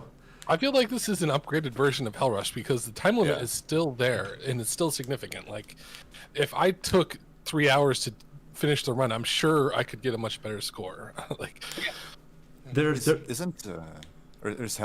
is also locked to like Covenant 0, right? No, you can put Hellrush onto every. Yeah, you can make a Hellrush challenge. So this is what we did, right? Narninian and I, we participated in one where you do the Hellrush. couple of problems. One is the timing of everyone jumping into it caused us to have to recreate the Hell Rush like 4 or 5 times before we finally got into one that ran. Because you literally all have to join within 60 seconds or you have to start over. There's a limit, right? Or does it max out on players? I don't remember. You max out at 12 players, which isn't too big of an issue if we're talking about, a five player finals. But still, hitting that time window is kind of a little problematic. I think it might also deter players from participating because some players might be intimidated by Hell Rush. That's also what I was thinking. I think it's and having this score base, right? Like you can take your time. So you mentioned it already, Binkley, earlier. Like you're a little bit slower player. That's fine. If you can finish the run in the time, you get a good score. In Hell Rush, you get so punished if you can't keep up in the moment. And I think I want to stress this. I didn't win one of my runs, and I still made it. So, I still made a decent placing. So, you can definitely do well just finishing. Well, I think that's it. Unless anyone has any last comments. I super appreciate you guys participating and joining the tournament. Really, really strong play across the board. And again, one last congratulations to Narninian on taking the first tournament. We'll see if in the future I can convince also the devs to kind of directly support. We'll see. So, Nate, I want to say, as someone who is in the private beta, I have communicated directly with the devs before. So if you wanna communicate there, I could talk to the devs about it. That'd be great. If you already have connections with them, custom with who to talk to and stuff like that. That would be very helpful because I've had zero interaction with the devs in my whole experience with Monster Train. And it can be a bit scary and confusing who to talk to and stuff like that. Yeah, I also want to thank you, Nate, for organizing the whole thing. It was a lot of fun. I have been it was awesome. A bit less Monster Train as of late, just because it starts to get repetitive a little bit. But this tournament really brought some fresh wind in the whole thing. Great. Yeah, loved it. Yeah, pretty much same thanks for for putting me. it on. So I was like basically had stopped playing, but once I saw this tournament, it kind of reignited my love for the game. So super big thanks, Nate. You're welcome. Yeah, and I think this is a great way to promote the game as we move into the DLC, which I'm sure will be a huge influx of attention and players. That's really what I'm hoping. I think I assume almost everybody was playing the public beta, and I was kind of on the edge. I think some of you also know I was really going into this growing through gaming area, doing Monster Train kind of on the side. This put Monster Train back in the focus. The DLC and then planning this tournament for me also, I think, reignited the flame. Not to mention, by the way, that Microsoft Store apparently has had a massive impact, at least on my channel. So there is a lot of interest, I think, still. Nice. All right. Thanks, guys. I'm going to clock out. Thanks, viewers. Hope you guys enjoyed. I'm going to be splitting this up and putting it onto YouTube in segments. There is the full stream if people want to watch it, but I will be posting this onto YouTube's. For you players, if you would, for the different rounds, if you're going to be posting onto your YouTube channels as well, link them to me and I will add your perspectives into the description just to kind of let players be able to see the game from different ways. I think that'll be a lot of fun. Yeah, gladly will do so. Obviously, I'm going to link the official commentated point of view as well, and I'm also going to look forward to see your point of view for myself. It's going to be interesting. I was very fair to everybody. I will say that. I didn't ever say... I didn't call anybody a moron. I may have thought it a few times. No, I'm kidding. But I never said it out loud. But I did notice some people struggling a bit. I may have commented a little bit about that. But we'll talk about that in the future. All right. I really got to go. Thanks, everybody. All right. Thanks for everything. Appreciate man. it. Thanks again. And Good night, we'll see you in the next tournament. Bye. Later. See y'all guys later.